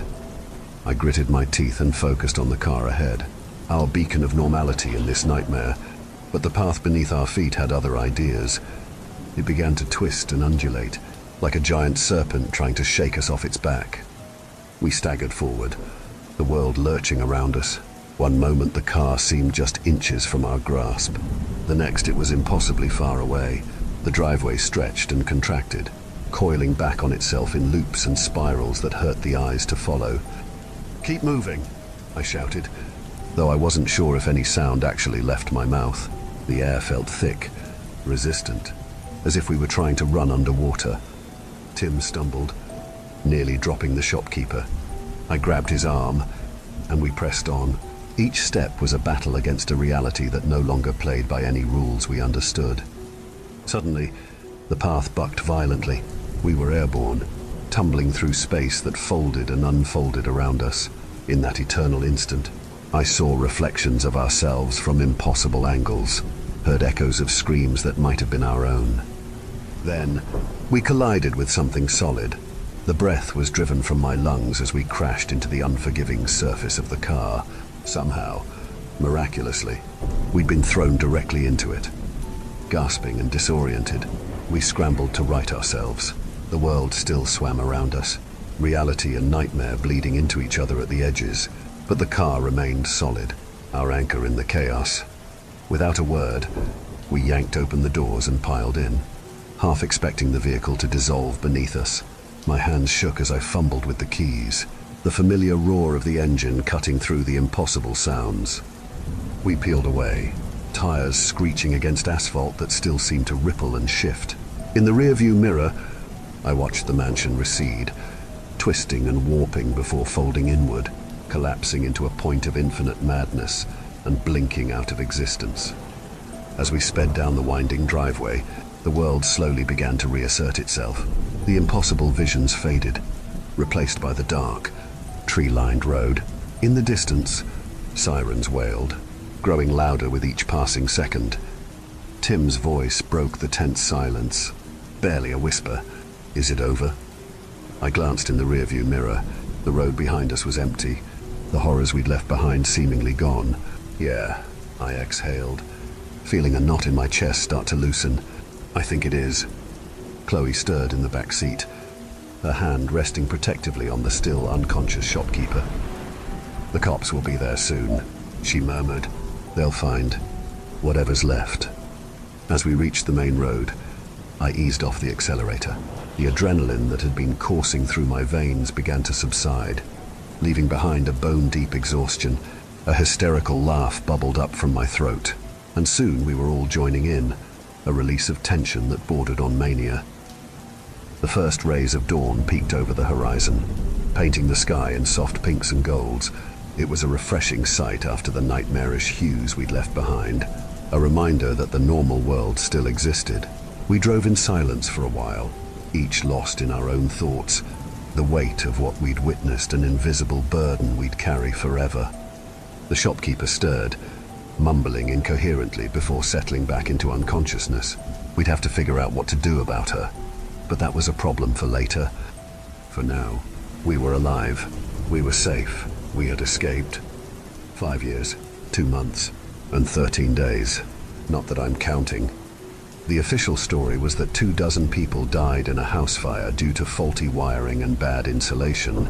The governor even sponsored a bill, the Voss Act, to require more stringent fire regulations for larger residential homes. When I read about it online, I laughed until I cried. Some nights, I still wake up screaming, my throat raw, the details of the nightmare slipping away like smoke. In those moments, doubt creeps in. Did it really happen? Was Voss right about the old ones? Or was it all just an elaborate hallucination born from drug-laced smoke and group hysteria? For the first few months, Chloe was there for me. We never talked specifics, but it was nice to just be around someone who knew, someone who understood. I'd give anything for that video recording. You remember the one hidden in my collar? Right, it wasn't a transmitter. Voss destroyed the evidence the instant I disclosed its existence. I suppose I hadn't really thought that one through. I'd do anything for tangible evidence, but I'm left with nothing but memories that feel more like fever dreams with each passing day. We didn't make it out of there without our fair share of scars. I felt closed off, like I couldn't express myself. Chloe, on the other hand, threw herself into her art. Her new style was all abstract curves and impossible angles that made my eyes hurt to look at. Raw emotion given form. One critic called it, if they only knew the horrors that inspired it. As days turned into weeks, Chloe became so consumed by her work, she almost didn't notice me anymore. We were living together, but it felt like we were worlds apart. Each of us was dealing with that night in our own way, and those ways just didn't seem to mesh. After some time, we finally admitted to what we'd both known for a while. It was time to part ways. It wasn't anybody's fault, really. Sometimes shared trauma brings people together, and sometimes it pulls them apart. For us, it was the latter. Tim did his time quietly, finding comfort in the rigid routine of prison. Nothing unknowable in a 6x8 cell, he'd say with a laugh that didn't quite reach his eyes. Now he works security for some secretive tech firm, dealing with things he can't talk about. I often wonder if he's found new horrors to replace the old. After Kelly got her story about the cult and the fire kicked back yet again, she felt it was time to venture out on her own. Luckily, Her podcast really took off. Whispers in the Static, she called it. A place for people to share experiences they couldn't share anywhere else. It was huge in the trucker community, for whatever reason. The shopkeeper, Leilani, I finally learned, worked as Kelly's producer now. She wasn't exactly qualified, of course, but you've never met a harder worker. When Kelly invited us to record a special episode, a reunion of the damned, I almost declined, but some part of me hoped that maybe talking about it would help me understand. The others were already there when I arrived. Tim had lost weight, all sharp angles now. My heart skipped a beat when I saw Chloe with a noticeable white streak in her hair. Leilani's fingers drummed a rhythm on her laptop while Kelly fussed with her equipment. Weird weather lately. Huh, Tim said a bit louder than was necessary. You've noticed it too, I cut in. I thought it was just me. Not just the weather. Chloe followed. I saw a news story the other day of an animal attack in New Brunswick. The bodies they found weren't right. We each took turns talking about all the oddities we'd noticed. Benign, at face value, but we all felt like there was something deeper in all of them. Something unseen. The conversation transitioned to our personal experiences. I felt waves of relief wash over me as I was able to express myself for the first time in forever. We were almost an hour in before I noticed the green recording light had been on the entire time. I wondered how much of our story the listeners would believe, how much we believed it ourselves. After the recording had finished, we spent another half hour talking, laughing, and reminiscing like old friends. The world had felt so foreign to me for so long, I had forgotten what it felt like to be surrounded by people who truly get me. On my way out, I found Chloe perched against the wall, smoking in the rain. "You're smoking now?" I asked. "Helps me relax. One of the few things that still does," she replied with a sad smile. I stopped for a moment to just look at her. She looked more elegant, refined, but still the same girl I remembered playing video games on our bed. My brow furrowed. "How are you holding up?" "About as well as you are, I imagine." She stomped out her cigarette. "So, are you seeing anybody?" I asked. My voice cracked a bit at the end. "Huh, no." Her response caught me a bit off guard. Nobody wants to be with a cracked-out abstract artist. "Well, I wouldn't say nobody," I said, looking into her eyes. The car she was waiting for pulled up without her acknowledging it. She just continued to stare at me with curious eyes and a crooked smile. The driver exited the vehicle, coming around to open the door for her. I guess she wasn't taking Ubers anymore. "Well, this is me," she said, standing outside the car as she looked over. "Text me sometime, won't you? You still have my number," she said softly, looking at the ground. Yeah, I think so," I replied. "Good," she said, before finally sitting in the car and being driven off into the night. Walking home through downtown Seattle, I let the cool rain wash over my face. The city around me felt both familiar and alien, much like my own thoughts these days. As I navigated the bustling streets, memories of those few chaotic weeks years ago resurfaced. Chloe's kidnapping, Tim's unexpected appearance, Kelly's daring rescue, and getting stabbed with a goddamn short sword. Sometimes I wonder about the path not taken. What if we'd stayed home that night? How different would the world be? What would have become of the cult? But such thoughts are as futile as they are persistent. That's not the world I live in. This is my reality. This is my life, shaped by choices I can't undo and experiences I can't explain. Despite the haze of hallucinogens that night, a part of me still believes it was real, that those horrors lurk just behind a thin veil, their tentacles already reaching into our world in subtle ways. One day, I'll ask Chloe about her experience with the stone, what she saw, what she said. Yet, one thing haunts me more than anything else. Voss's final words that he was trying to prevent something, trying to save us all. I'm no closer to understanding what he meant now than I was then. As I reach my apartment, I realize that's what I've been doing all along. Every sleepless night, every moment of doubt, every flash of memory. It's all been part of my journey to understand in the wake of the incomprehensible. And while I may never fully grasp the cosmic forces at play, I'll never stop trying to understand my place within them. In the end, maybe that's all any of us can do. Keep seeking, keep questioning, keep trying to understand ourselves in a world that sometimes seems determined to defy understanding. I know that I will.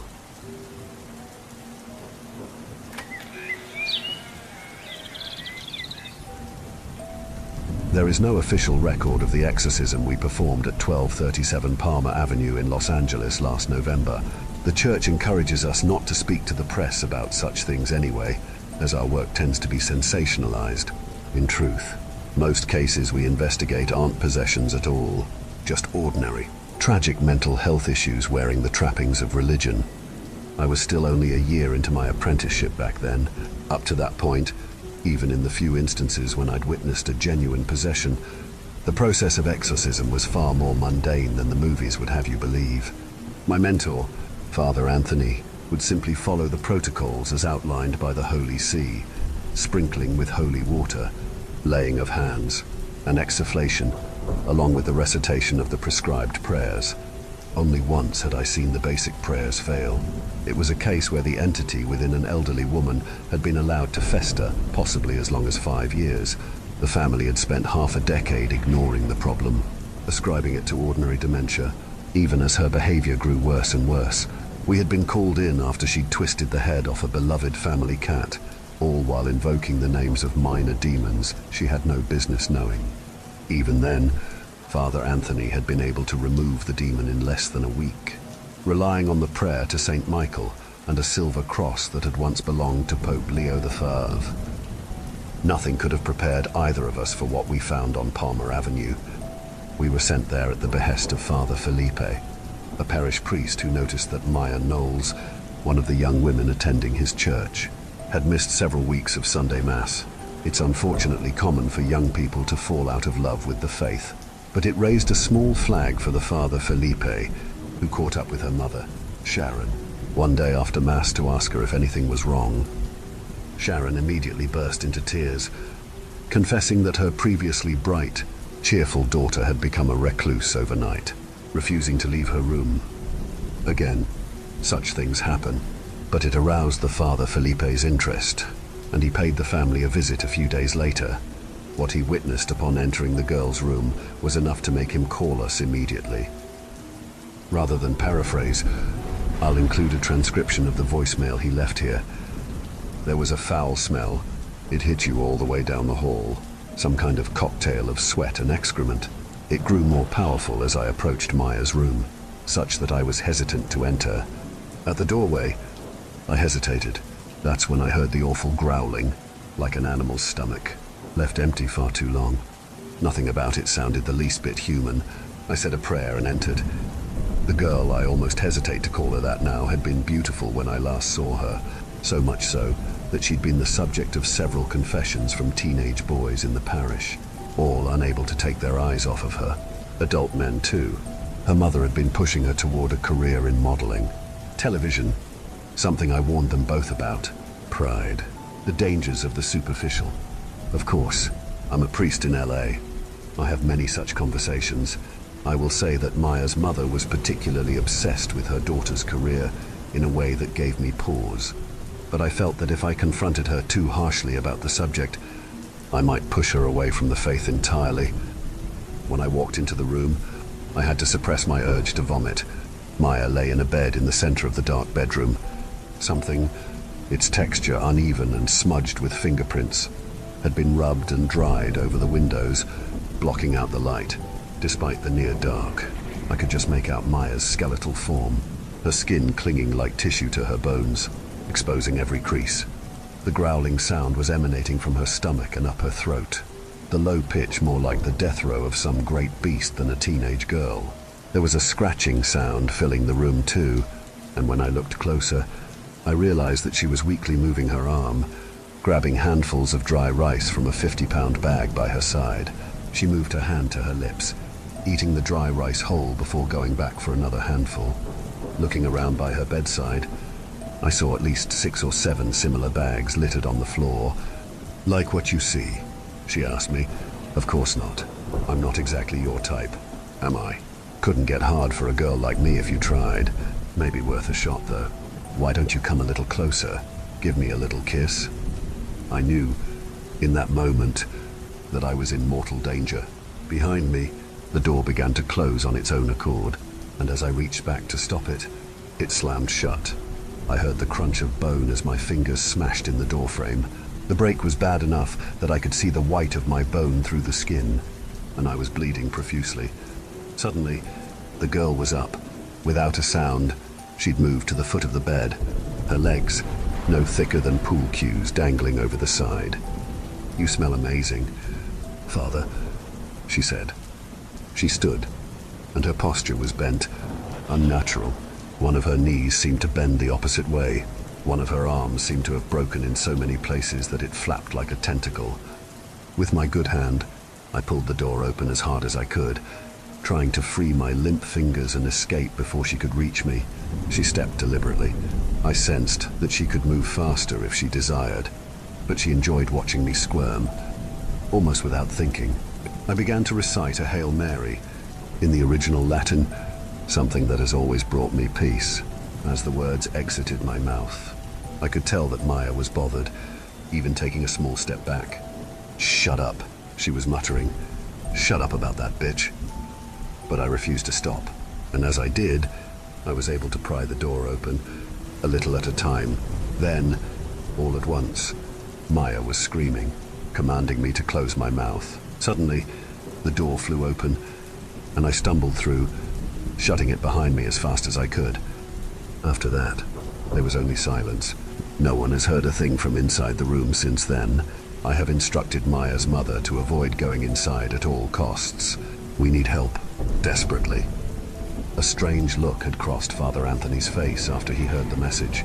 He went to consult a few old books in his personal library as I listened to the message on repeat, trying to sift through the details. "How bad is it?" I asked when he returned. "It is what it is," he said. "The protocols are clear. We go. We evaluate.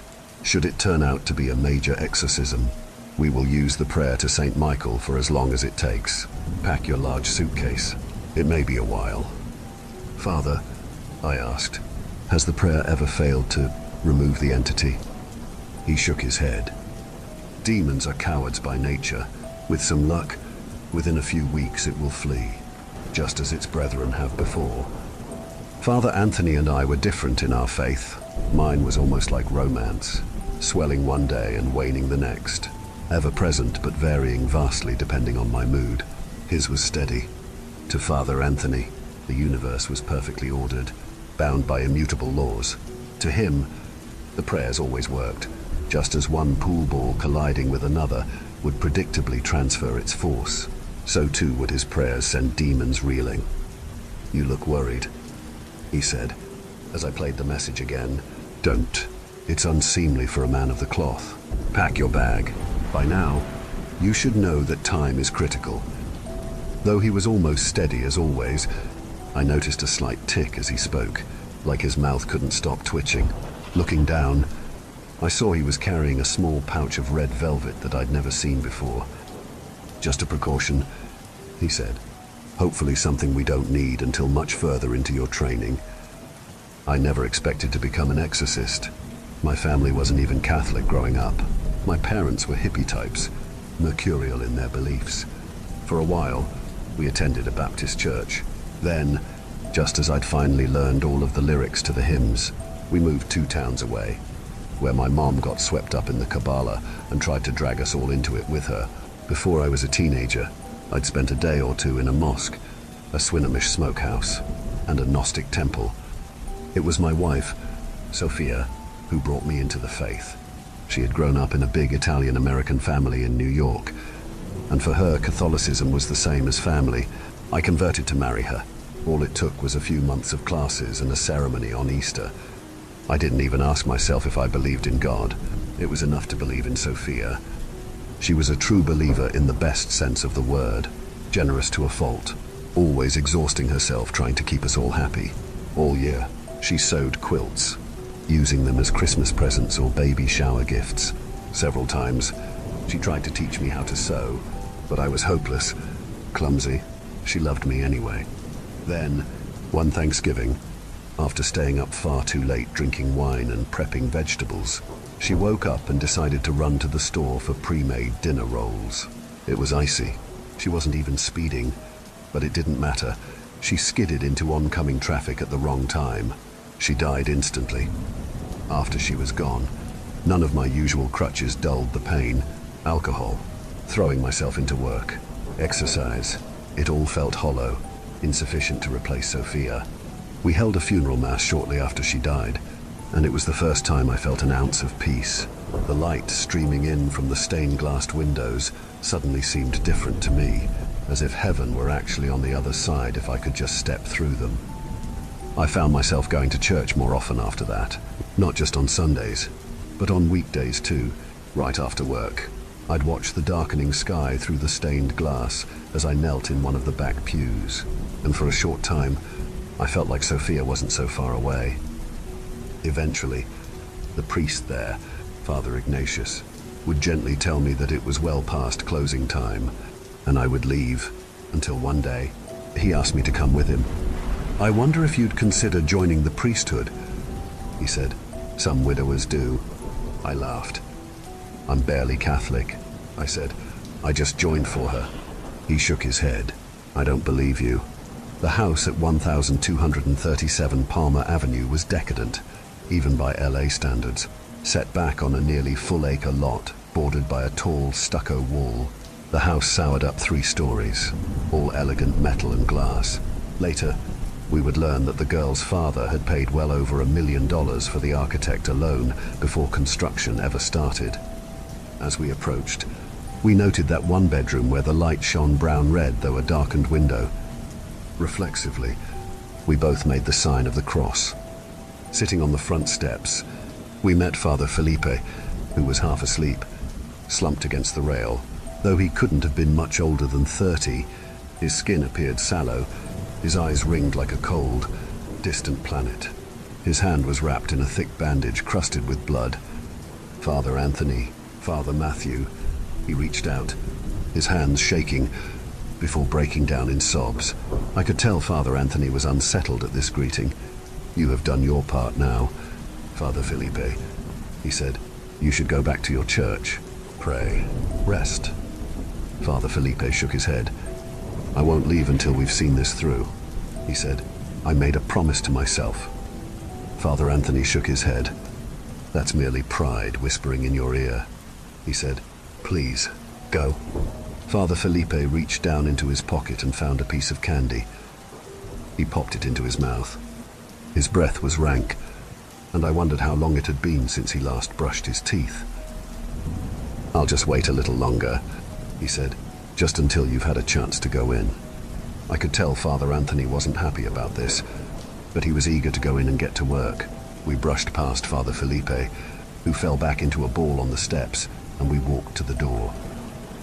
Father Anthony rang the doorbell once, then waited patiently. After perhaps 15 seconds, he scowled and rang it again. "Mrs. Knowles," he called, but there was no response. Then, finally, he turned the knob and we entered.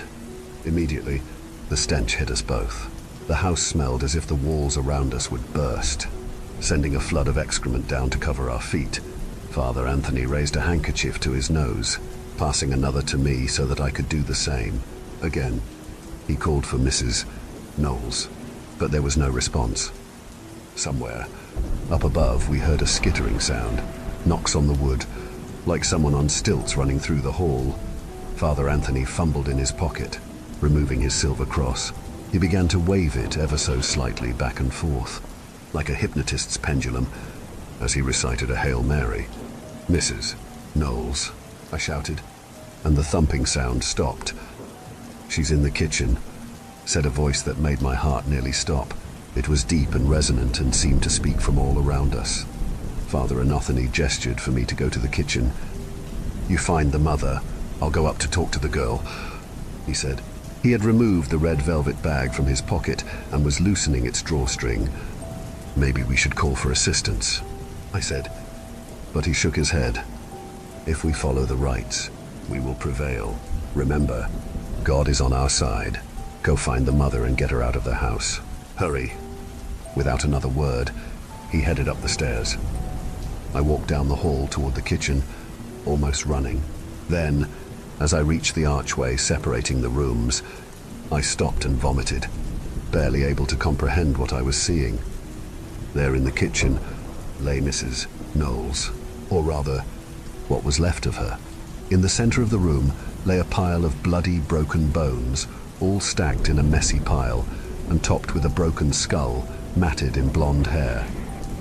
Most of her, the flesh, the organs, the brain and muscle, the fat was all gone.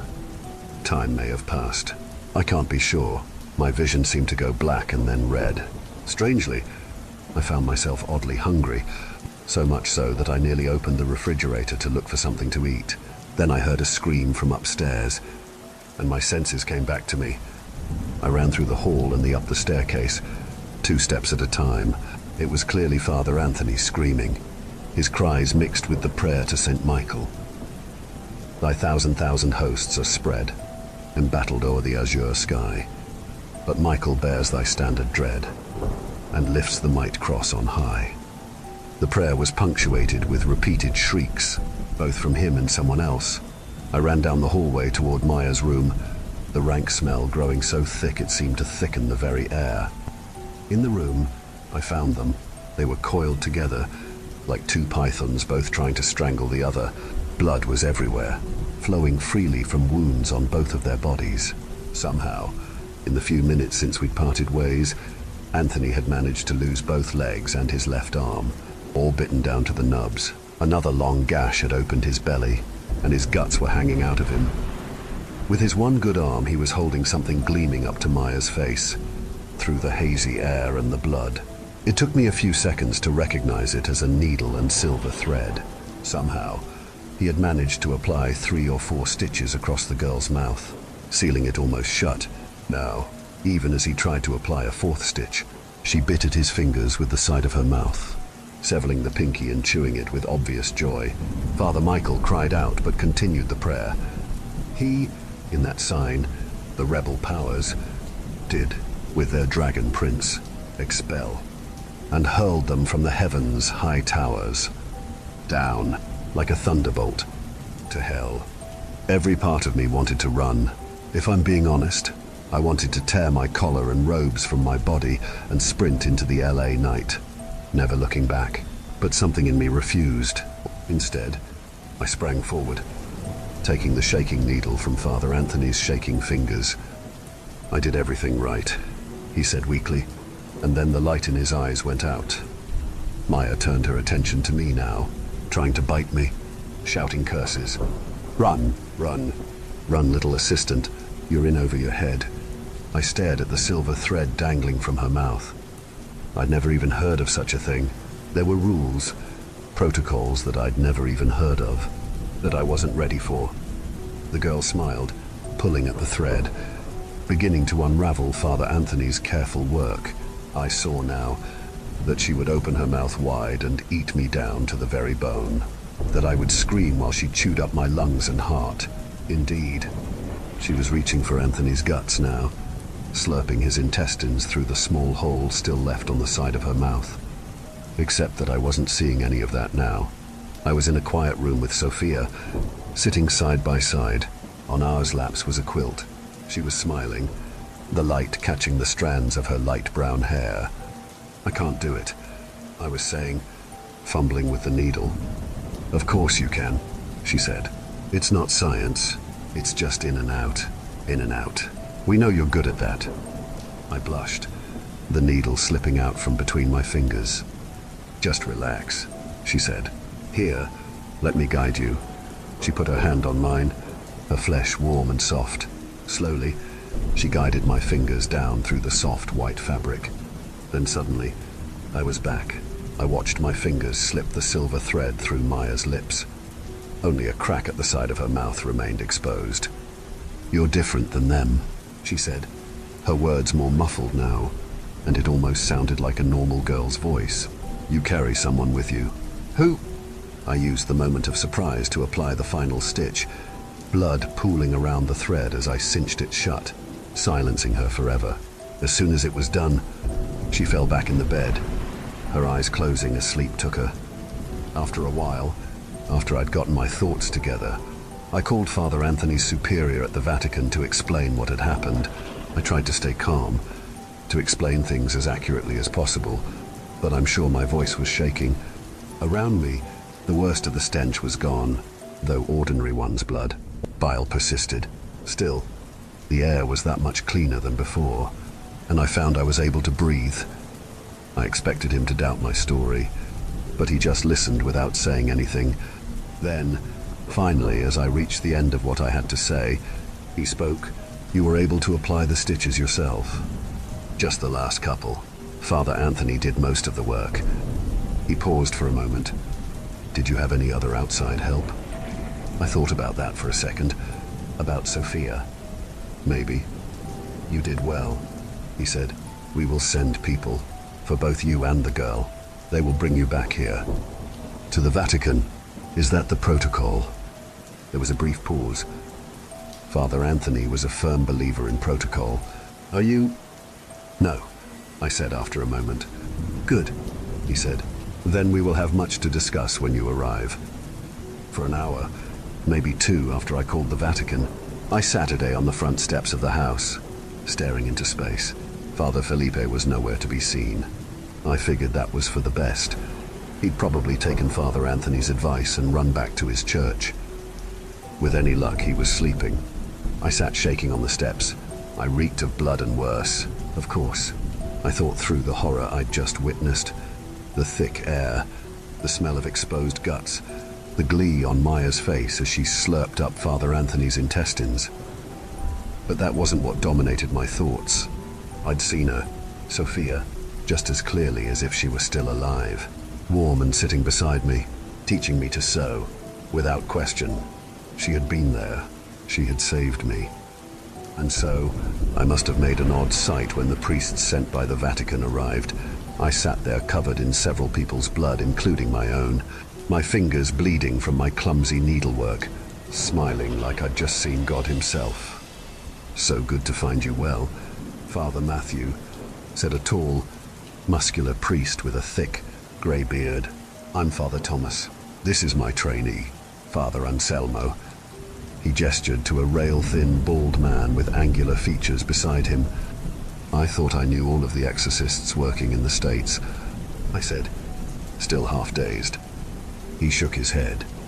"We are not ordinary exorcists," he explained. "We belong to a particular order, where discretion is of utmost importance.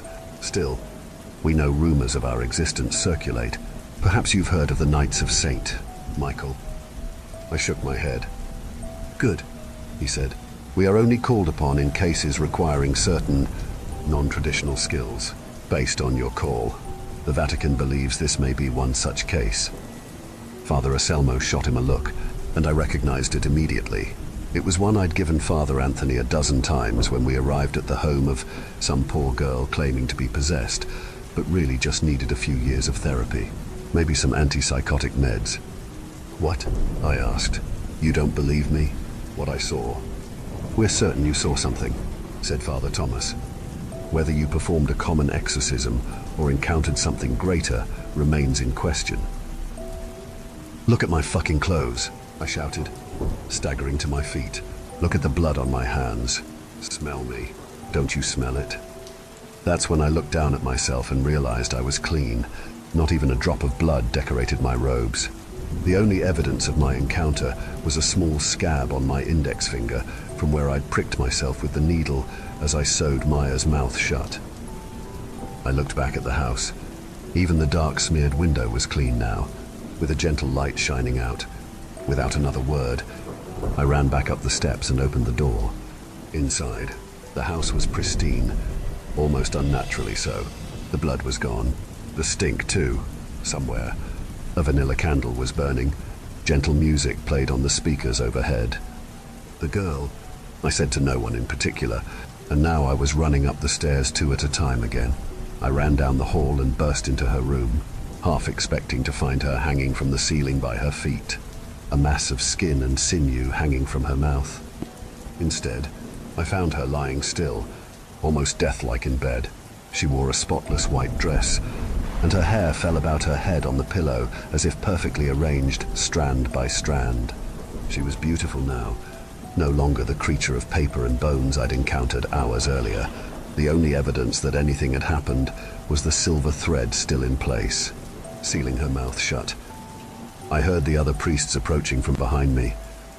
"None of this is right," I said. "None of it was this way." "I believe you," said Father Thomas, putting a hand on my shoulder. "We have seen stranger things. The devil can be exceptionally tidy when he chooses to be." Or could it be that Father Matthew elected to perform a wholly unnecessary surgery, said Father Anselmo, gesturing to the girl's lips. "We can pray that such is the case, for her sake," said Father Thomas. "In the meantime, we will proceed as if this is a true lieutenant of hell, likely of the third circle." I gave him a look. There were no such things as circles of hell in the canon. "Gluttony?" asked Father Anselmo, incredulous. "I thought they were supposed to be fat." Father Thomas shook his head. "Remember your Aquinas," he said. "Gluttony takes 5 forms: lauta, too luxurious; studiose, too elaborate; nemis, too large a quantity; prepropere, eating at the wrong time; ardenter, eating too fast. A glutton may be any size." I could tell Father Anselmo wanted to argue, but he was the trainee after all, and it wasn't becoming to argue, especially in front of a stranger.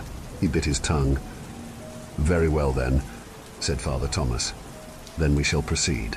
Prepare bindings of cloth soaked in holy water. Wrap her once at the shoulders, once at the wrists, once at the ankles. Father Matthew, if you are feeling up to the task, another set of hands would be useful, especially since time can be a factor in some cases. We will want to get her back to the Vatican as soon as possible. Before." As he spoke, I saw a hint of movement coming from the girl's direction.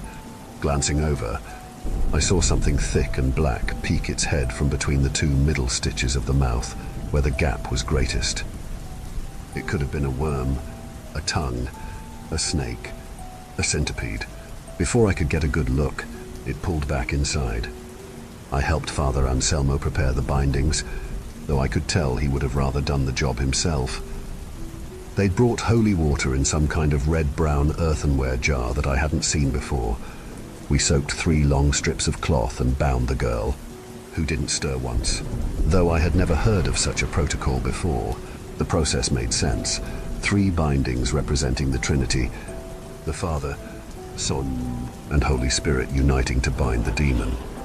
2 hours later, we were on a private plane bound for Rome. The aircraft was luxurious by any standard, with plush white leather chairs emblazoned with the flaming sword of Saint Michael in delicate black embroidery.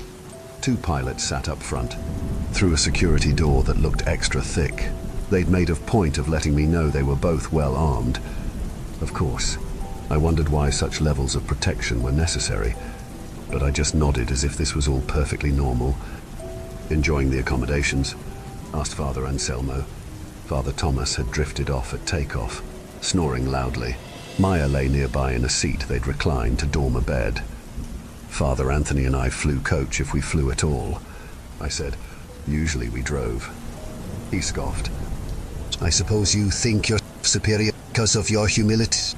"I never said any such thing," I said. But he was right. "You didn't need to," he said with a sneer. He cracked his knuckles, and then scratched furiously at the back of his head. "You only reveal your own ignorance.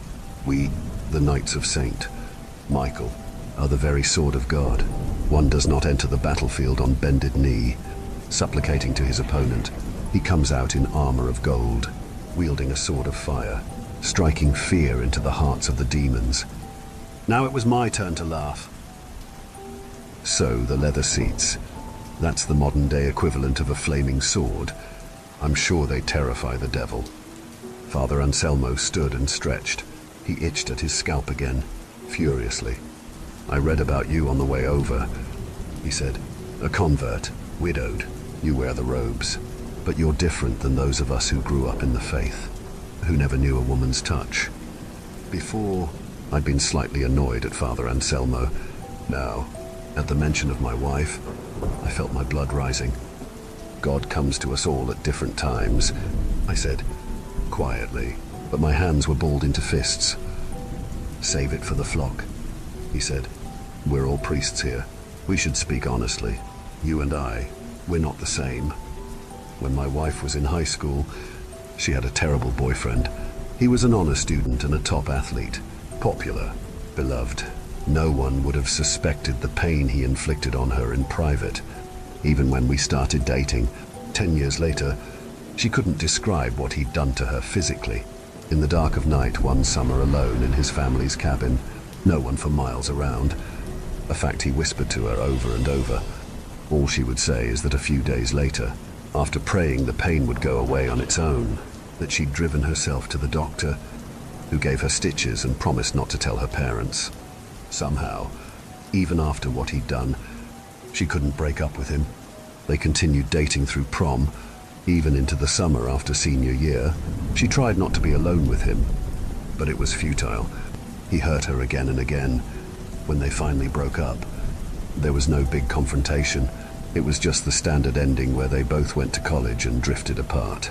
Eventually realizing they were no longer a couple, when they saw each other on holiday breaks, they acted friendly, even though his presence was enough to send her into a panic. After hearing the story, it occurred to me that I might have a moral obligation to find this man and hurt him as badly as he'd hurt her. Maybe to kill him, partly to spare any future women he might date from a similar fate. But if I'm being honest, it was mostly pure revenge. Naturally, Sophia was utterly opposed. Maybe she wanted to protect me from the consequences of such a thing. More likely, she knew I wouldn't have a chance against him. He'd been an all-state wrestler and outweighed me by 20 pounds. Eventually, we came to a kind of agreement. I wouldn't seek the man out, but if I ever happened to bump into him, I was allowed to do whatever I wanted. For many years, whenever we visited her hometown, I felt a surge of adrenaline any time a man matching his description walked in the door of a restaurant. Is that him? I'd ask, and she'd shake her head no. Gradually, we visited Sophia's hometown less often. I never did see the man in person. As far as I know, I'd still have her permission to kill him if I ever bumped into him. You're right, I told Anselmo after a moment. We're not the same, and since we're going to be honest, maybe you'd be a better priest if you'd had a couple of rolls in the hay before you put on your collar, even just to know us sinners a little better. He was scratching harder than ever at the back of his head now. We're not the same, he was shouting now, so loud that Father Thomas began to stir in his seat. You didn't deserve to capture a lieutenant of hell. You got lucky. You weren't even properly trained. You just finished one last stitch. You're not even a real priest. He practically roared the last word. It had a strange echo, like it had been harmonized by two voices at once.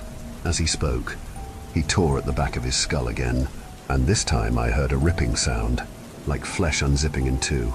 Blood began to accumulate on his shoulders.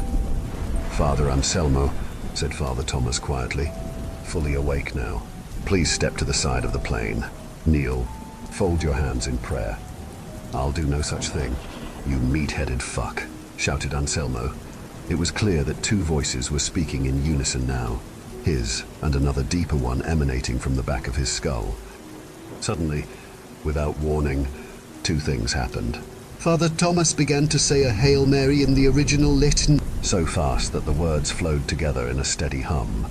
Second, he pelted Father Anselmo with a jar of holy water that exploded as it collided with his chest, sending fragments of pottery and liquid everywhere.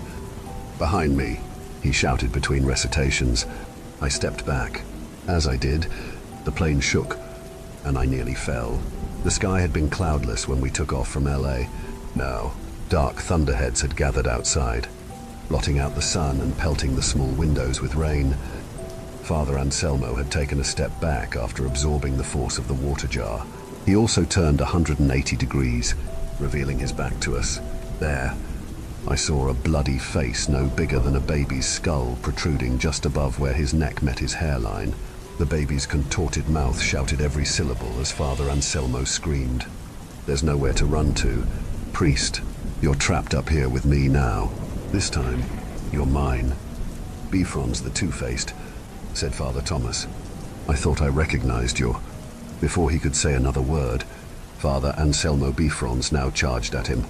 I realized that in addition to the tiny head, he'd sprouted an extra set of arms and legs, which extended from his elbows and knees and had now grown almost as large as the original ones. The fresh limbs were bare and bloody, glossed with a sheen of mucus like a newborn baby. Bifrons fell on Father Thomas with his full weight, beating at him with the bloody limbs and biting at his face with his fast-growing new head.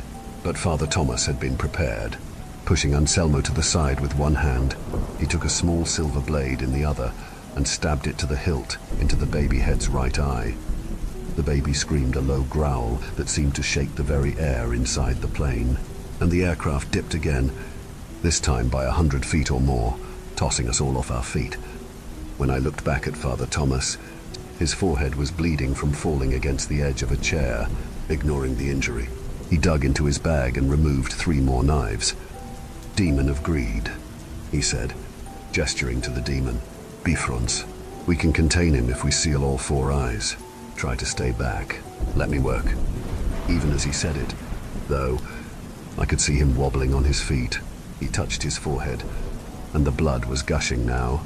"Bad luck, Father Thomas," said Bifrons. "I suspect our next little conversation will be in my place." He charged at Father Thomas again, but the priest was ready.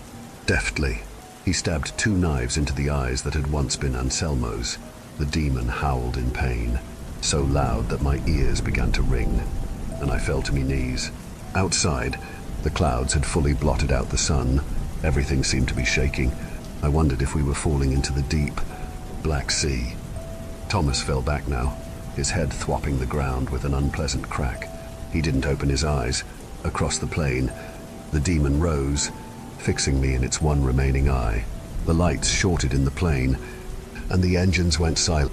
Everything was black, save for the occasional flash of lightning. It seemed to me that I was about to die, or that perhaps I already had. Perhaps the rest of my existence would be like this, surrounded by darkness with the constant feeling of falling. A demon laughing a few feet away. Of course, fear gnawed at me, like a family of mice nibbling at my guts. But could I be blamed? Wouldn't anyone be afraid in such a moment? "Bad luck for you both," said the thing. "At least you'll finally be able to visit your dear wife again. Sophia, isn't it? I hear she's been missing you greatly." At the mention of Sophia's name, reality snapped back to focus. It was as if the plane was holding in mid-air. Gravity felt somehow lighter. I got to my feet, my fear replaced with simple, blind rage. Suddenly, the thing in front of me wasn't Bifron, it was Sophia's ex. I reached forward and uncurled the final blade from Father Thomas's limp, bloody fingers. "I told you not to talk about my wife," I said. I could feel her there with me again. Silently, I asked if our deal was still on, if I could still kill him. I can't be sure, but I think I heard her whisper, "Yes." Now it was my turn to charge forward. My vision narrowed. Through the darkness, all I saw was the one cruel, white eye staring at me. I thought of my wife. Then I drove the blade home. On the tarmac in Rome, a man with red robes was waiting for us. I recognized him from a pamphlet I'd once read as Cardinal Robles. He reacted little as he surveyed the bloody scene. The pilot still hadn't left the cockpit. I suspected it was some sort of protocol. Father Thomas lay in my lap, his head bound with a pillowcase I'd fashioned into a makeshift bandage. Both Maya and Anselmo's bodies lay peacefully on the floor, her mouth sealed with thread, his eyes with daggers. After a moment, the Cardinal began to laugh. "You'll have to forgive me, Father Matthew," he said. "It's not often that I send my men out to capture one demon, and they come back with 2. I coughed up a bit of blood. I wondered when I'd been injured. I didn't feel like laughing. "Enough," he said. "I think we'd better get these 2 back home before a 3rd one shows up." "What do you say?" I nodded weakly.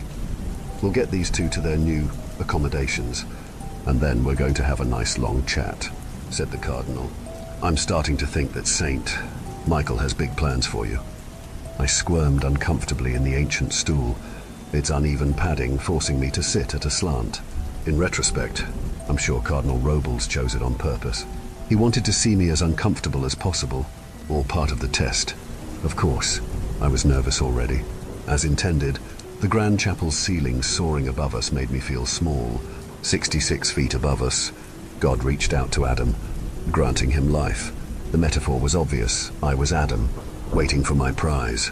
But what was the Cardinal about to give me? The old man fixed me in his gaze. "What do you know about hell?" he asked after a few moments. I thought back to my training. "Hell is the absence of God," I answered carefully. He smirked. "Good. Cautious answer. We like caution here. Sometimes. Other times, we prefer cojones." He started laughing, as if he'd just made some kind of outrageous joke. The Cardinal had grown up on the streets of Montevideo in Uruguay. He had a reputation for crude jokes. Some people called him direct. Others called him an asshole. I suppose he was both. "Let me rephrase," he said. "Suppose I were to ask you the geography of hell. Could you draw me a map? Could you describe its mountains, its swamps?" I shook my head. "I have never thought of it as a physical place," I answered, still careful. "Of course not," he said, "but you're not so stupid as to deny the connection between the physical and spiritual." "Correct. Take your little altercation in Los Angeles. You sewed the girl's lips shut." "Correct. But if that's all you did, there would have been no effect. You were able to quell the demon's hunger because the sewing of the mouth had a metaphorical, spiritual equivalent. Same with the demon's eyes on the plain. Think of Matthew 18:9. "And if thine eye causeth thee to stumble, pluck it out, and cast it from thee. It is good for thee to enter into life with one eye, rather than having two eyes to be cast into the hell of fire." "Now I'm a bit lost," I confessed. The Cardinal rubbed at his temples, Clearly disappointed. "Let's try this one more time. Stop being so goddamn careful, or I'm sending you back to the States to study under Father David." I shuddered at the thought. Father David was a notorious coward, a priest only fit to deal with minor exorcisms. He had called the Vatican for assistance so many times on major ones that he'd earned the name Father Backup amongst his peers. "Those things you sealed, where do you think they live?" "Think back to Maya Knowles's house." I closed my eyes and thought back to the house where I'd sewn Maya Knowles's lips shut. I had spent every hour since then trying to block out the smell of blood and colon, the thickness of the air. Suddenly, I found I was speaking, almost without trying. "A swamp," I said. "Thick mud, shit raining from the sky." The Cardinal's eyes lit up. "Yes, yes, more. Someone are always screaming. Animal sounds. The air is freezing. There's a constant hail pelting the burning mud." "Yes," he shouted, and then he began to recite. "In the third circle I arrive, of showers. Ceaseless, accursed, heavy, and cold, unchanged. Forever, both in kind and in degree. Large hail, discolored water, sleety floor. Through the dun midnight air streamed down amain. Stank all the land whereon that tempest fell." I struggled to remember where he was quoting from. Certainly not the Bible this time. "Inferno," he said after a moment, looking disappointed. "You're not a literary man." "I studied engineering in college," I said, more of a math brain. "I do remember something about Dante being non-canonical." He rubbed his temples again. There was something exaggerated about his movements, like Donald Duck losing his cool in an old cartoon. "There are truths in this world that are better kept secret," he said. "The church must act as a shield sometimes, you know, guarding the flock from the fiery darts of the wicked. And so it is with us exorcists." I looked up at him, slightly confused. "I wasn't aware that you were an exorcist yourself. I mean, you're a cardinal." He started laughing. "There's a lot you don't know." He stood, stretching slightly. Then he began to lift the hem of his robe. I looked down to see a deep scar running from his ankle to his knee. "Got that one from a demon of violence named Taru. Everyone was sure I'd lose the leg below the knee. Doctors are idiots, of course. He raised the robe further and turned from me, exposing 4 parallel scars across his back. Those are from Mammon himself, demon of greed. He got away from me, but not before he left me this little souvenir. He paused, looking up at the ceiling, up at God. They're demons. You understand? They're different than the minor entities responsible for most possessions. Even what the church calls a major exorcism is really just the minor leagues compared to what we handle. These demons I'm talking about, they are the lords and lieutenants of hell, professional soldiers for the other side. More exorcists will never encounter one over the course of a whole career. The thing that was inside Maya Knowles, I started to say, was Lady of Hell, a demon of gluttony, quite powerful. Really, you shouldn't be here today. If things had gone according to the demon's plan, she would have eaten you too, and then consumed her own host body like an Ouroboros, breaking her own arms and legs and swallowing them whole. I was beginning to feel sick, and if I'm going to be honest, I was afraid. Everything I'd known about demons up to that point was suddenly invalid.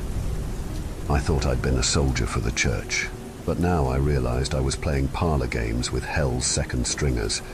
Were the things that had taken Maya and Anselmo the worst things out there, or were there even worse horrors to be discovered? Why are you telling me all this? He smacked his head and muttered, Dios mío. Then he looked up at me. Isn't it obvious? He finally asked. I want to know if you want in, if you want to play in the major leagues. Mijo, do you want to fight some real demons with us? Or do you want to go back to sprinkling holy water on little shits pretending to be possessed so that they can get more attention from Mama? I thought of the demon slurping Father Anthony's guys through the tiny hole at the side of its mouth. I thought of the baby head sprouting from Father Anselmo's neck. Its deep, guttural laugh. I thought of the foul air, the smell of shit. Cardinal Robles held up a hand. Don't answer yet, he said. It's enough to know you're considering it. Before your answer, you need to see the reality of what we're up against. He swept his arm out with a flourish. Follow me. Do you believe in God? Any kind of God? I looked up at Sophia. It was a bold question for a second date, but she was asking it anyway, even before I'd asked her out. I'd known Sophia was religious. Not that she was a fanatic or anything, but she went to church most Sundays, which was unusual in our social group. I shrugged, hoping we could deal with the question quickly and move on to another topic. I think at some point, I decided it was one of those big questions that you could never answer, so I stopped asking. I try to spend my time on problems that have solutions. She silently ate a few forkfuls of her salad. I'm assuming you do, I said, trying to break the awkward silence. Believe? Well, I don't believe in God, she said after a bit. Believe implies there'd be a possibility of doubt. I know there's a God, because I know there are demons. I've seen them at work. I topped off my wine and took a drink. This was getting interesting. What do you mean, seen them? This is going to sound crazy, so I'll understand if you get up from the table after a bit and walk out on me. I won't be offended at all. We can still be friends after. I met her eyes. They were deadly serious. I'm not going to do that, I said. You can tell me. Now it was her turn to take a long drink. When I was younger, 4th grade, I was possessed for a few months, she said. I almost spit out my wine. I know how it sounds. She continued. I used to be embarrassed to tell people, but it's part of who I am. There was a demon living inside me. It pushed me to a dark little bubble that I didn't know existed. It was terrifying, watching her through a black haze, saying the most vile things to my parents, my sister. I'd always been a good kid. At least, that's what I thought. But I must have let her in somehow. She was crying now. For a second, I wondered if I was on a date with an insane person. But when I looked at her, she didn't seem even the least bit crazy.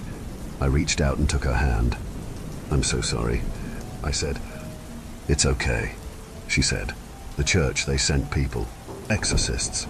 It turned out to be something minor, they said. It didn't feel minor to me, but their prayers made it go away. I'm sorry, I said again. What else could I say? Don't be, she said. It was a gift. After that, I didn't have to believe anymore. I knew there was something out there, a bad thing and a good thing. I've gotten to carry that with me every day of my life. I followed Cardinal Robles through a series of rooms and doors, each less grand than the last. Gone were the frescoes and magnificent tapestries. Instead, we weaved through corridors of simple brick. I realized that the architecture too was growing simpler, older. The brickwork was uneven, caked with centuries of grime. The air began to grow cold. Without realizing it, I recognized that we'd been walking slowly downward. There were no windows here or even electric light, just large candles inset into the walls. Of course, everyone knows about the grandeur of the current apostolic palace, but like many things in life, truths lurk beneath the surface that most people never realize. Some of these bricks you're seeing now go all the way back to the 4th century. This was all part of the old St. Peter's Basilica, constructed by Constantine I. He was a convert like you know. The path we followed was winding and haphazard. Without the cardinal there, I wondered if I'd be able to retrace my steps and escape. Escape. That word started to echo in my mind. I realized I didn't like it here. I hated it, wanted to get out at any cost. Back to the light, the murals, God and Adam. Then, something shifted in me. Somewhere, not too far away, I felt her presence. It was unmistakably Sophia, as if she'd just walked behind me in the hall. I turned. Sure, I'd seen her, but she was gone. It was enough to make me keep walking forward. Finally, we came to a door. Beyond this door is no return, said the Carindle after a few moments. Even if you choose not to join us, you will have seen things beyond your imagining, beyond the worst descriptions of Dante or even Revelation. For a moment, I only stared at the door handle. It looked ornate and ancient, filthy from the grime of 1,000 hands of 1,000 priests. Beyond it, I heard something that sounded like the clanking of metal on metal. Go ahead, said the Cardinal. Open it. I took a step back in revulsion, but when I looked again, I saw now a handle, but a woman's hand, soft and welcoming. I knew who it belonged to. Saw the familiar wedding band on the ring finger. I knew, somehow, that if I went forward, I was moving closer to her. I walked forward and opened the door. We entered a room built of ancient stones. It was perhaps as large as a high school gymnasium, but perfectly round, with many doors extending in all directions. To one side sat a man in priest's robes and a thick leather apron. Nearby, a cauldron of molten silver sat over a roaring fire. As I watched, the priest said a blessing over the silver, then poured it into a large, cross-shaped mold. Soon, he was pounding on the surface. Beside him, in neat stacks, lay perhaps 100 such crosses, all neatly stacked. Why so many? I asked the Cardinal, who only smirked. You'll soon see. He gestured to the blacksmith, who set aside his hammer for a moment. Where are the new prisoners? Or just the girl? Actually, asked the Cardinal, and the man gestured silently to one of the doors, adorned with gold inlay and flanked by small, silver gargoyles. The man resumed his work as we walked to the door and opened it. On the other side, I found out what the crosses were for. In the center of a small, dimly lit room lay a cage, more of a box really, a 6-foot cube. The whole thing had been built of silver cross, all elaborately connected to form an inescapable grid. Inside lay Maya Knowles. Her eyes were no longer closed, but the stitching still ran across her lips. Both of her wrists were manacled in braces connected on opposite sides of the cage by silver chains. I gave the Cardinal a curious look. This is like no exorcism I've ever seen, I said. He shook his head. You misunderstand. Father, he said, this is no longer an exorcism. Maya, and whoever has infested her, will be here as our permanent guests, unable to cause further mischief in the world. I felt something twist in my stomach. You have to let her go, I said quietly. I can get the thing out together. The Cardinal shook his head. You could kill her, he said. Release her that way. But there is no saving Maya Knowles' mortal life, which is why she'll be our guest here for as long as she lives. For as long as the demon is trapped within Maya's mortal coil, it will be unable to hurt another soul. You can't, I said. Maya, she's still in there. She's an innocent. Were she truly innocent, the demon would have never infested her, said the Cardinal. Please understand. I know this is a lot to swallow. This is why we work in the basement, out of the light. What we do here takes moral courage. The same bravery that Abraham possessed when he stood over Isaac, dagger in hand, thanks to Maya's sacrifice. Downseans of others, possibly hundreds, will be spared a similar fate. She is the true cage, the box of silver crosses, that just keeps her in place. As he spoke, Maya looked up at me, her eyes pleading. It's her, I said. Right now it's her, not the demon. It led her to the surface. She's experiencing all of this. Of course, said the Cardinal. The demon loves to hide inside. It loves to let her suffer. Maya can't eat like that, I said. Can't drink. She won't live long. The Cardinal shook his head. You still don't understand the powers we're facing. With demons of this strength, these lieutenants of hell, the possessed body, is essentially immortal. It has no need for sustenance. Maya will still be here long after you and I are both dust. I wanted to fall to my knees and vomit. The Cardinal was staring at me hard, trying to read my reaction. Do you need a drink? He asked. Water? Wine? I found I could barely speak. He shook his head, looking disappointed. Do what you must, he whispered. I never claimed it was easy to be a soldier on the front lines. I ignored him and took a step toward Maya. Then, suddenly, something compelled me to run to her. I felt around the cage of silver crosses, searching for a hinge that would open or a weak spot in the soldering. Step away, shouted Cardinal Robles. He was keeping his distance from both of us. You still don't know what you're dealing with, and those restraints aren't built to be permanent. Before he'd even finished his sentence, I heard a horrible cracking sound, and I looked over to see Maya's wrenching her arm against one of the braces. The arm had clearly broken, and now blood was gushing freely from the places where her bone had pierced her flesh. Quickly, she pulled the broken limb from the bracer and swung her limp forearm in my direction, spraying me with blood.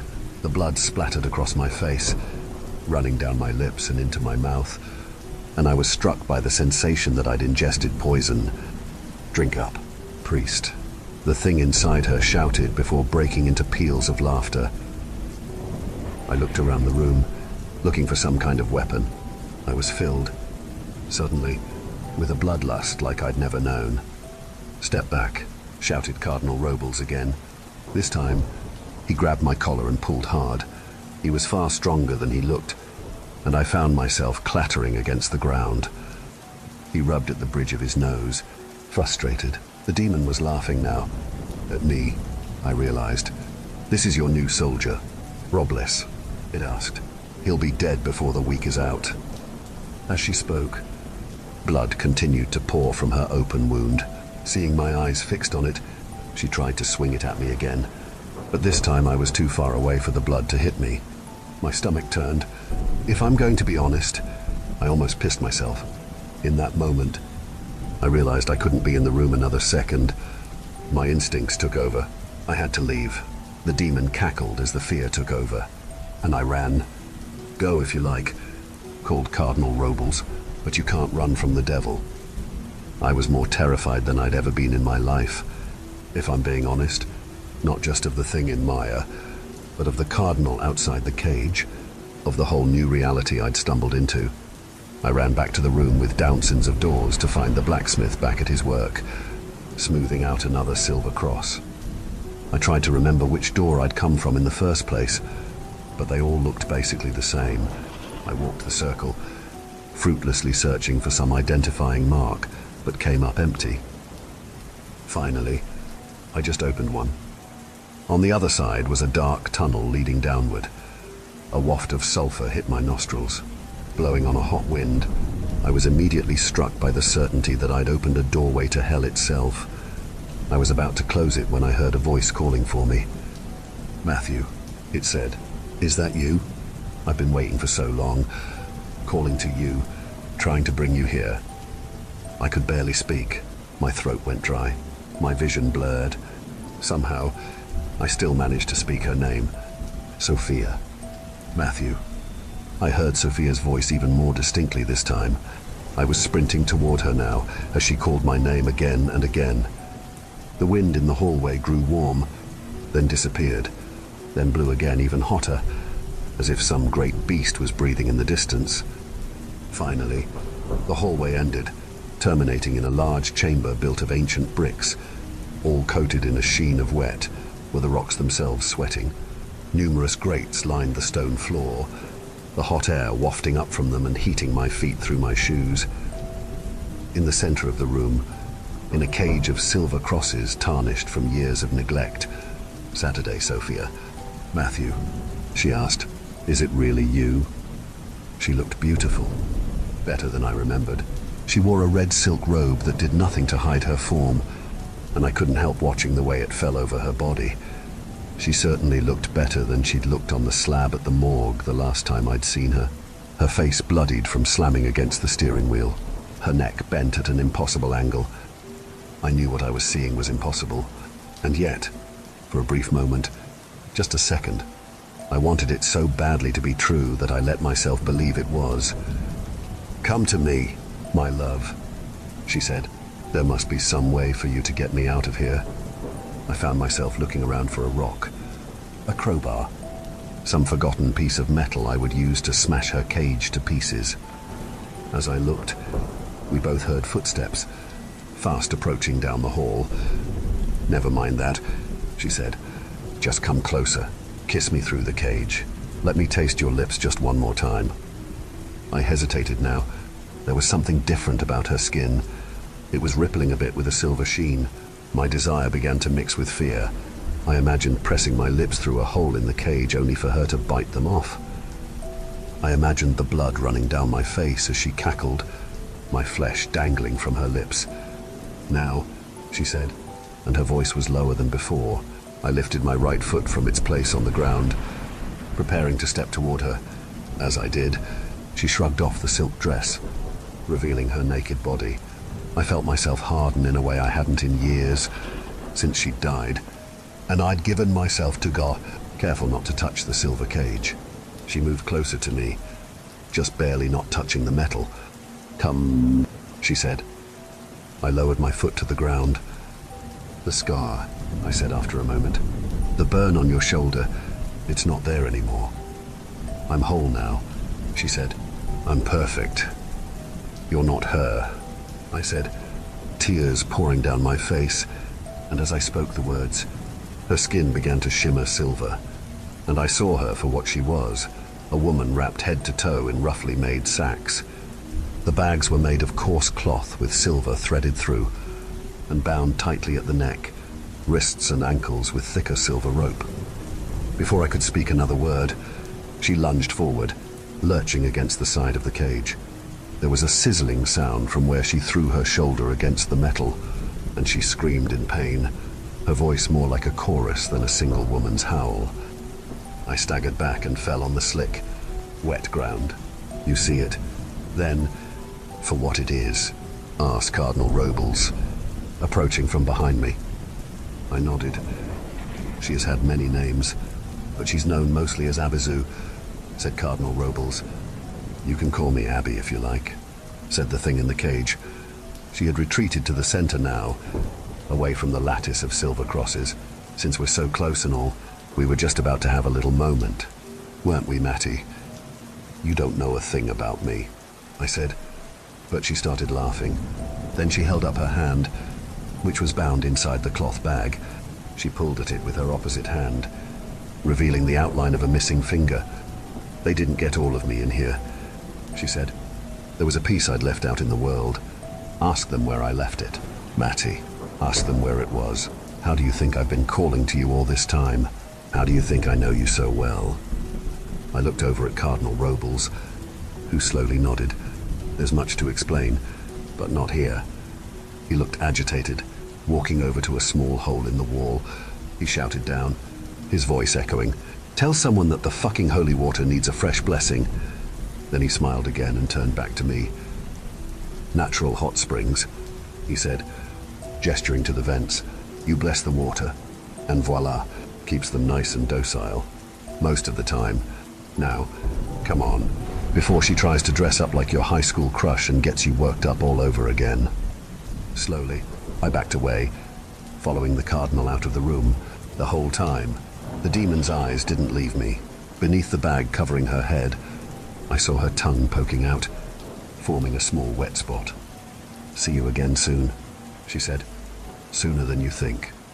And when she said the words, I believed her, and I was terrified, because for the first time, I truly believed a demon had seen my soul and known the weak places in it, because I knew I was imperfect.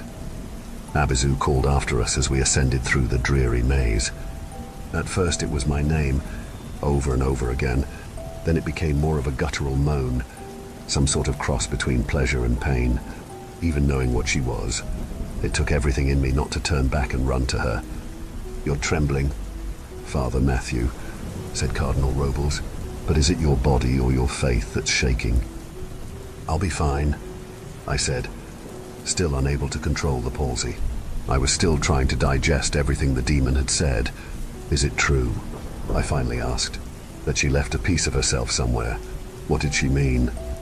"Search your heart," he said.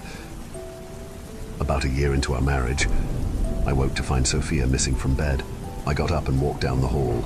The house was utterly silent.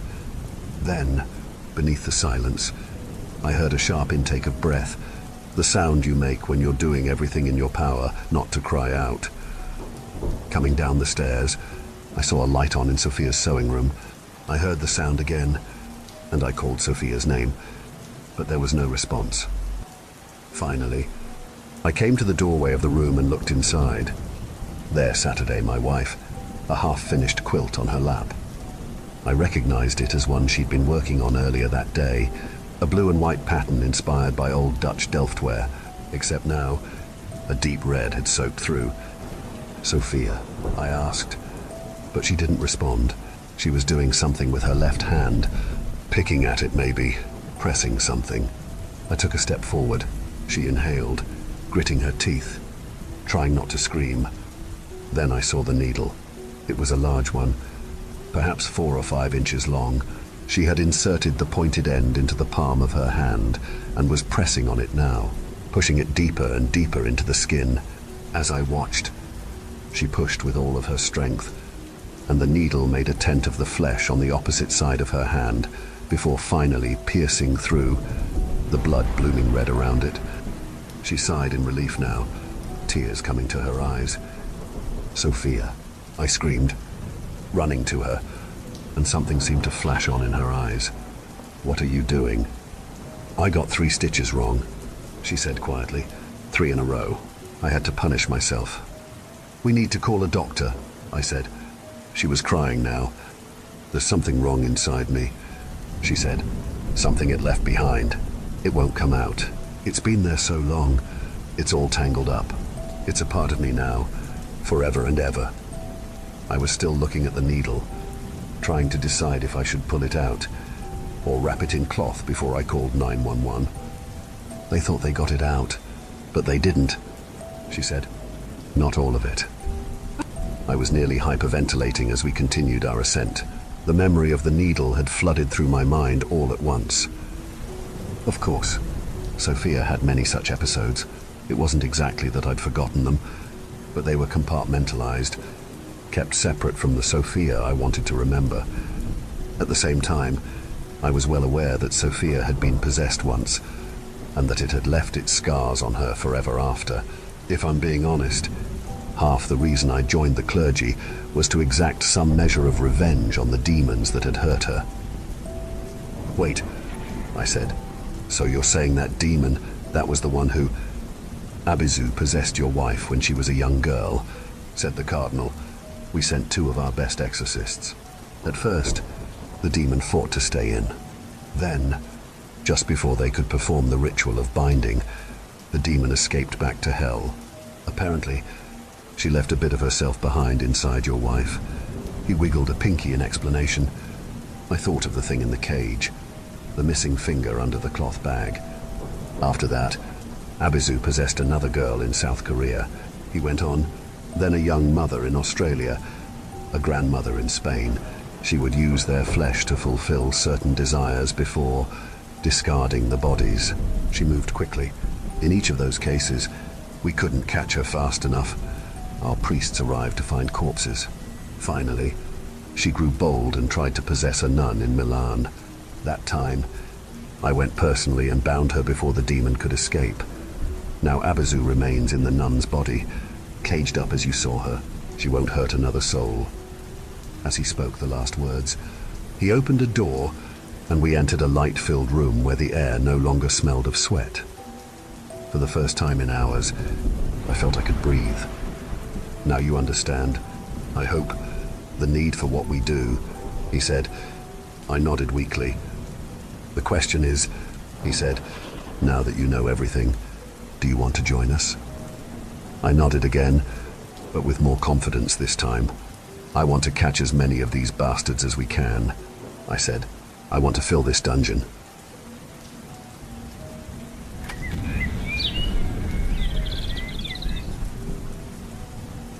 I met my girlfriend, let's call her Diana, when I was living in a bustling city.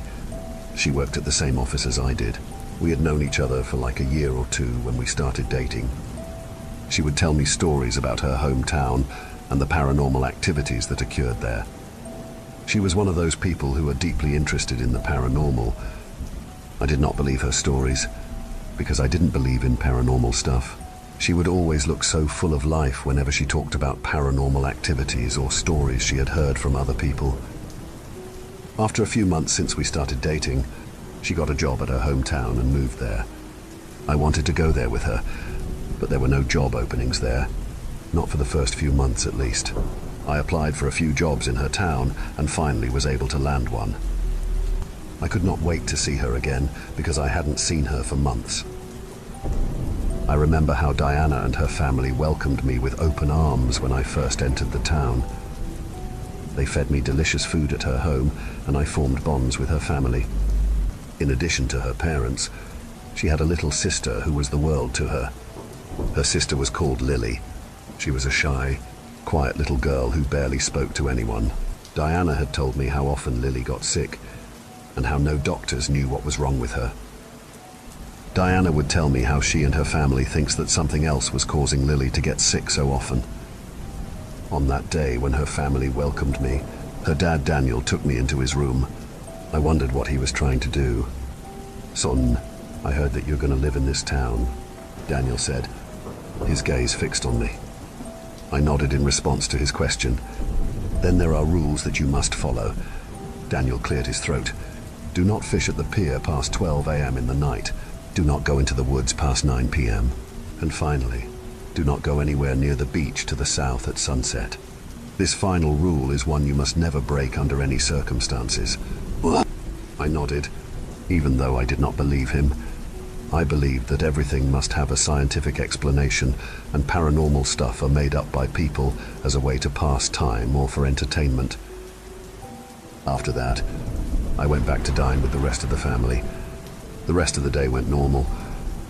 Obviously, I couldn't stay at Diana's house, so I ended up renting a place close by to her place. We would go on dates occasionally as I got used to her town.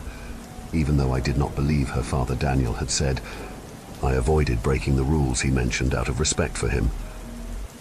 One day, when we were on a date at a local cafe, I brought up what her dad talked about with me. His list of rules. "Yeah," she said. "As long as you are not there at the times my dad mentioned, you're safe." I have to admit, the creepiness of those rules were getting to me. At first, I had thought that this was all a ploy by her dad to get me to break up with her. But seeing as how she herself validated his rules, I was not so sure anymore. As I grew more accustomed to the town, I would go to this beautiful beach to relax. I would use this swing in the woods that led to the beach. I could get a good view of the beach from there. There was always this one kind old lady, let's call her Matilda, who would talk to me whenever she saw me there. She would come there almost every evening to get wood to burn. I enjoyed those days. I enjoyed our conversations. She would tell me stories of the past, about the time when she was young. And at every day, when sunset draws near, she would hurry home after telling me that I should not stick around longer, even though I would have done so without her telling me. And one day, when I was chilling on a bench at the beach at evening, I fell asleep because I had not slept well the previous night. I had a strange nightmare of an old man strangling me when I was on the bench and woke up. No one was there. It was quiet, with the sound of waves splashing. It was dark, with the clouds in the sky shaded with red. I looked at the time. It was already sunset. All of a sudden, I felt a chill run down my spine, like I was not alone. I quickly got back into the woods to go back home. As I was walking in the woods, I saw the old lady, the same one who would always talk to me in the distance. She was standing completely still, with her back turned. I did not notice it until I got close enough to her. She had no feet, and she was hovering above the ground. She turned around to look at me. Her eye sockets were empty, and she was grinning from ear to ear. It was not humanly possible.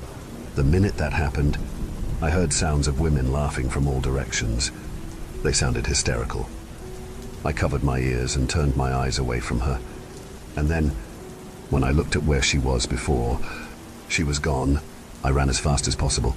The laughing voices were still there, echoing from all directions. Their volume did not change no matter how far I went. I covered my ears and made my way towards home. The people on the street shot me weird glances, as though they were staring at someone who went insane. As soon as I entered my house, the laughing voices stopped. It was as quiet as it had always been. I went into my room and plucked the courage to look through GHE window. Nothing was out of the ordinary. I looked at the sunset sky and wondered if this was going to continue. At that point, Daniel's warnings replayed in my head. Don't go anywhere near the South Beach at sunset. I wondered if this was the beach that he had talked about with me before. I was worried about what might come next. I stopped going to that beach, but the feeling was always there. I felt like something was watching me no matter where I went. Sometimes I would feel someone touching my shoulder or pull my clothes lightly, and no one would be there when I would turn around to look. I did not tell Diana nor anyone about this. I believed that it was my burden and my burden alone. I did not see the old woman either. For days, ever since this happened, I used my free time to walk around town. I did not pay attention at the time, but I would never see the old woman when I walked around town.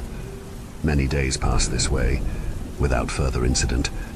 One day, as I was going back home from work, I noticed the old lady standing there in the woods.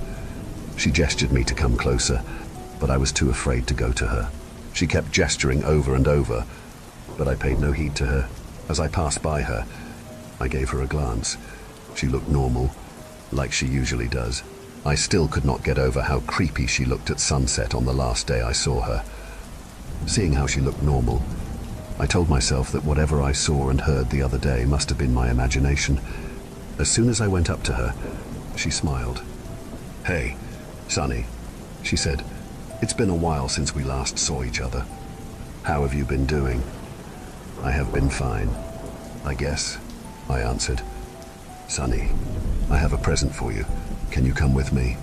the old lady eagerly asked. "Sure, I guess," I answered with a moment of hesitation. After gesturing me to follow her, she took me to her house in the town. It looked beautiful, as though it was built yesterday. It was filled with lights. Upon entering her house, I noticed that it was completely empty. "Do you live here alone?" I asked, my tone curious. "Yes, I have a few children, but they are all out of town," she answered. She led me into the living room and gestured me to wait. The house was well lit, with a lot of colorful, small lights. It looked as though the house was prepared for a party. Not too long after, she brought me a slice of chocolate cake. "Take a bite, Sonny," she said eagerly. Without wasting any time, I took a bite from the chocolate cake. But the minute I did that, it tasted like mud, and I instantly spat it out. The old lady was still there, observing me eagerly. She started laughing. "Sonny, take another bite," she said.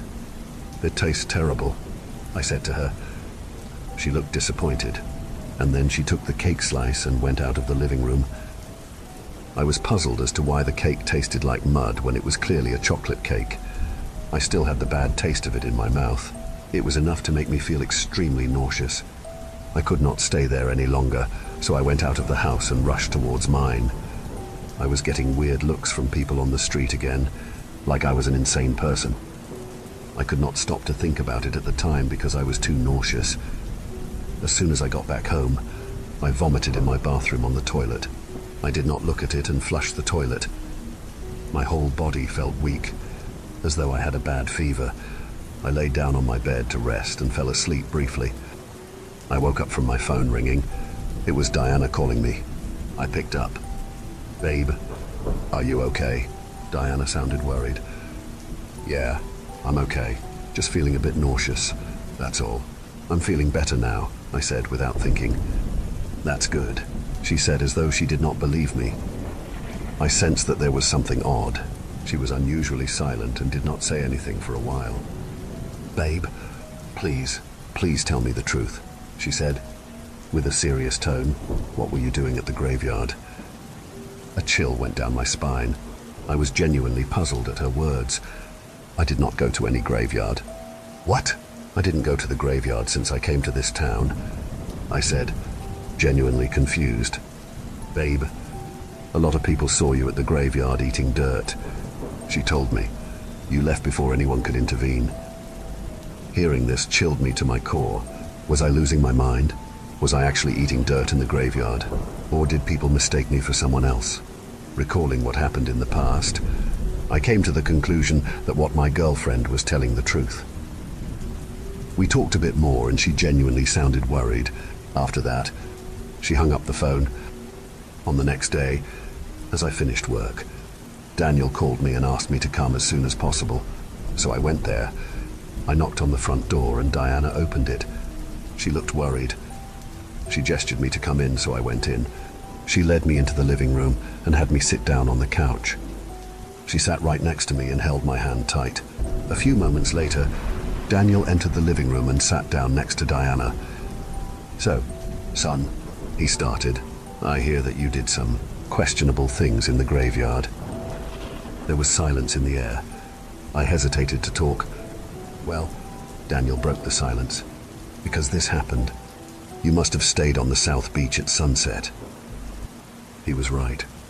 I nodded. His expression changed to a slightly angry one. "Son," he said, "I told you clearly. Do not stay at the South Beach at sunset." I explained to him what had happened to me there in full detail, as well as everything that happened between me and the old lady. "I see. You've been seeing this old lady almost every evening?" Daniel asked. "Yes," I answered.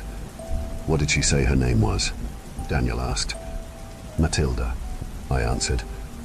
Daniel's eyes widened. I looked at Diana. She had the same reaction. There was silence for a few moments. "Son," Daniel replied, "Matilda died years ago. She is my mother, and she is Diana's grandmother." It shocked me to my core. I could not believe it. This meant that the old lady I was talking to all along was Diana's grandmother. Questions popped up in my head one after the other. Why did the old lady lie about her children being far away if she was a ghost? Was she evil or something? So that's the shape it took. "Huh," Daniel said, as though he was talking to himself. "What do you mean?" I asked him. "That nasty thing, it's not real. She is not real. That is only one shape among many others that nasty thing takes," Daniel said.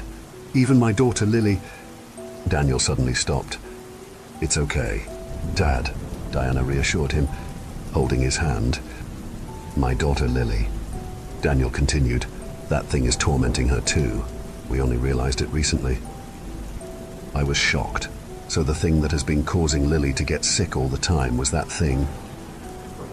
Almost right at that time, Lily entered the room. She looked at me and smiled. "Mr. Humpty likes you.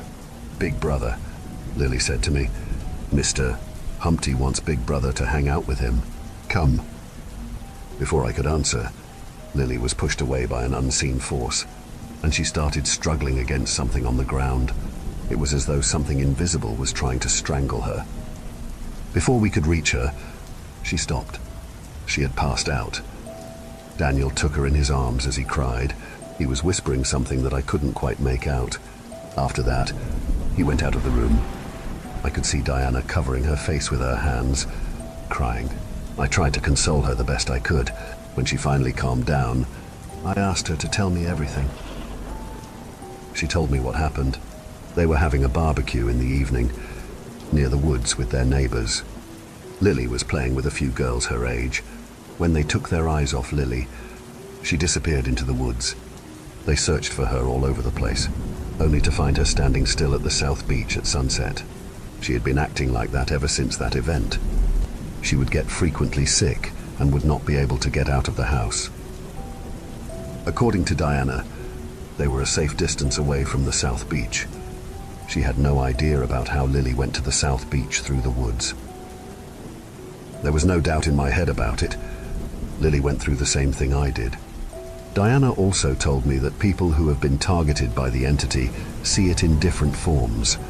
For me, it was in her grandmother's form.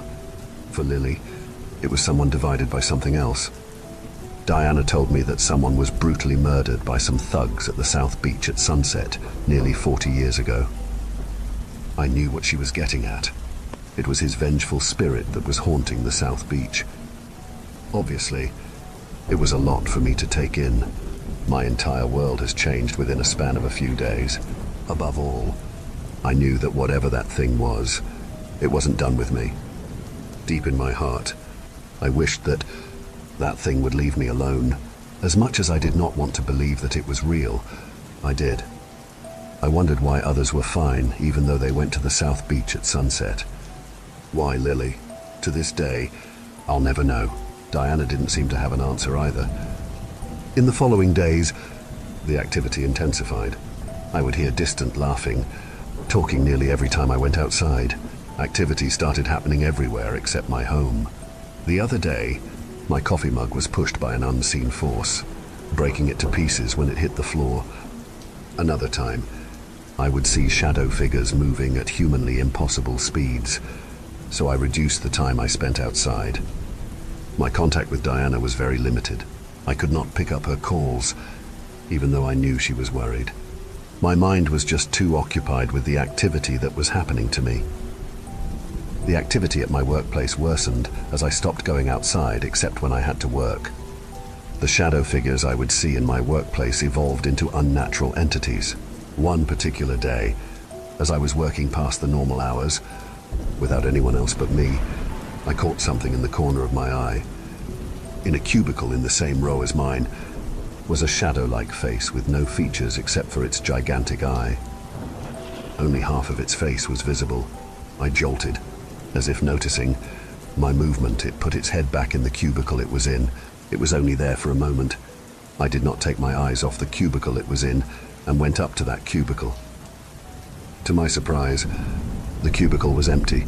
I was too scared at that point, so I was about to go home.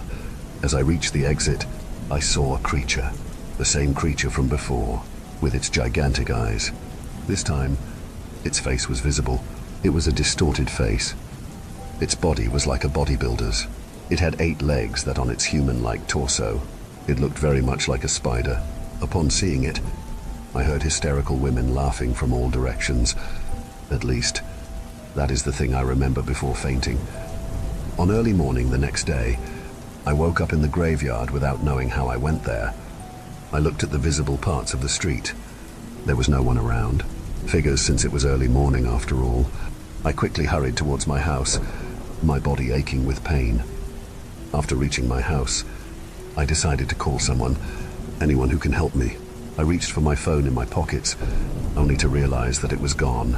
I was too scared to be outside, so I couldn't afford to go back and search for my phone. So I went inside my house and took a shower. The weight that I had felt the whole time was gone as soon as I entered my room. That was when I noticed the wounds on my body. There were scratches and bruises everywhere. What happened to me last night? I wondered. Still, the image of the spider-like creature lingered in my head. Those gigantic eyes, the distorted face.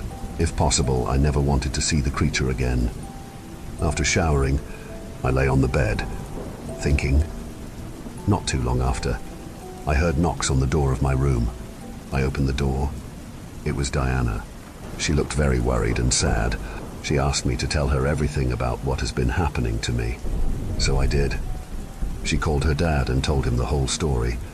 She and her dad offered to help me with this situation, and I accepted gratefully.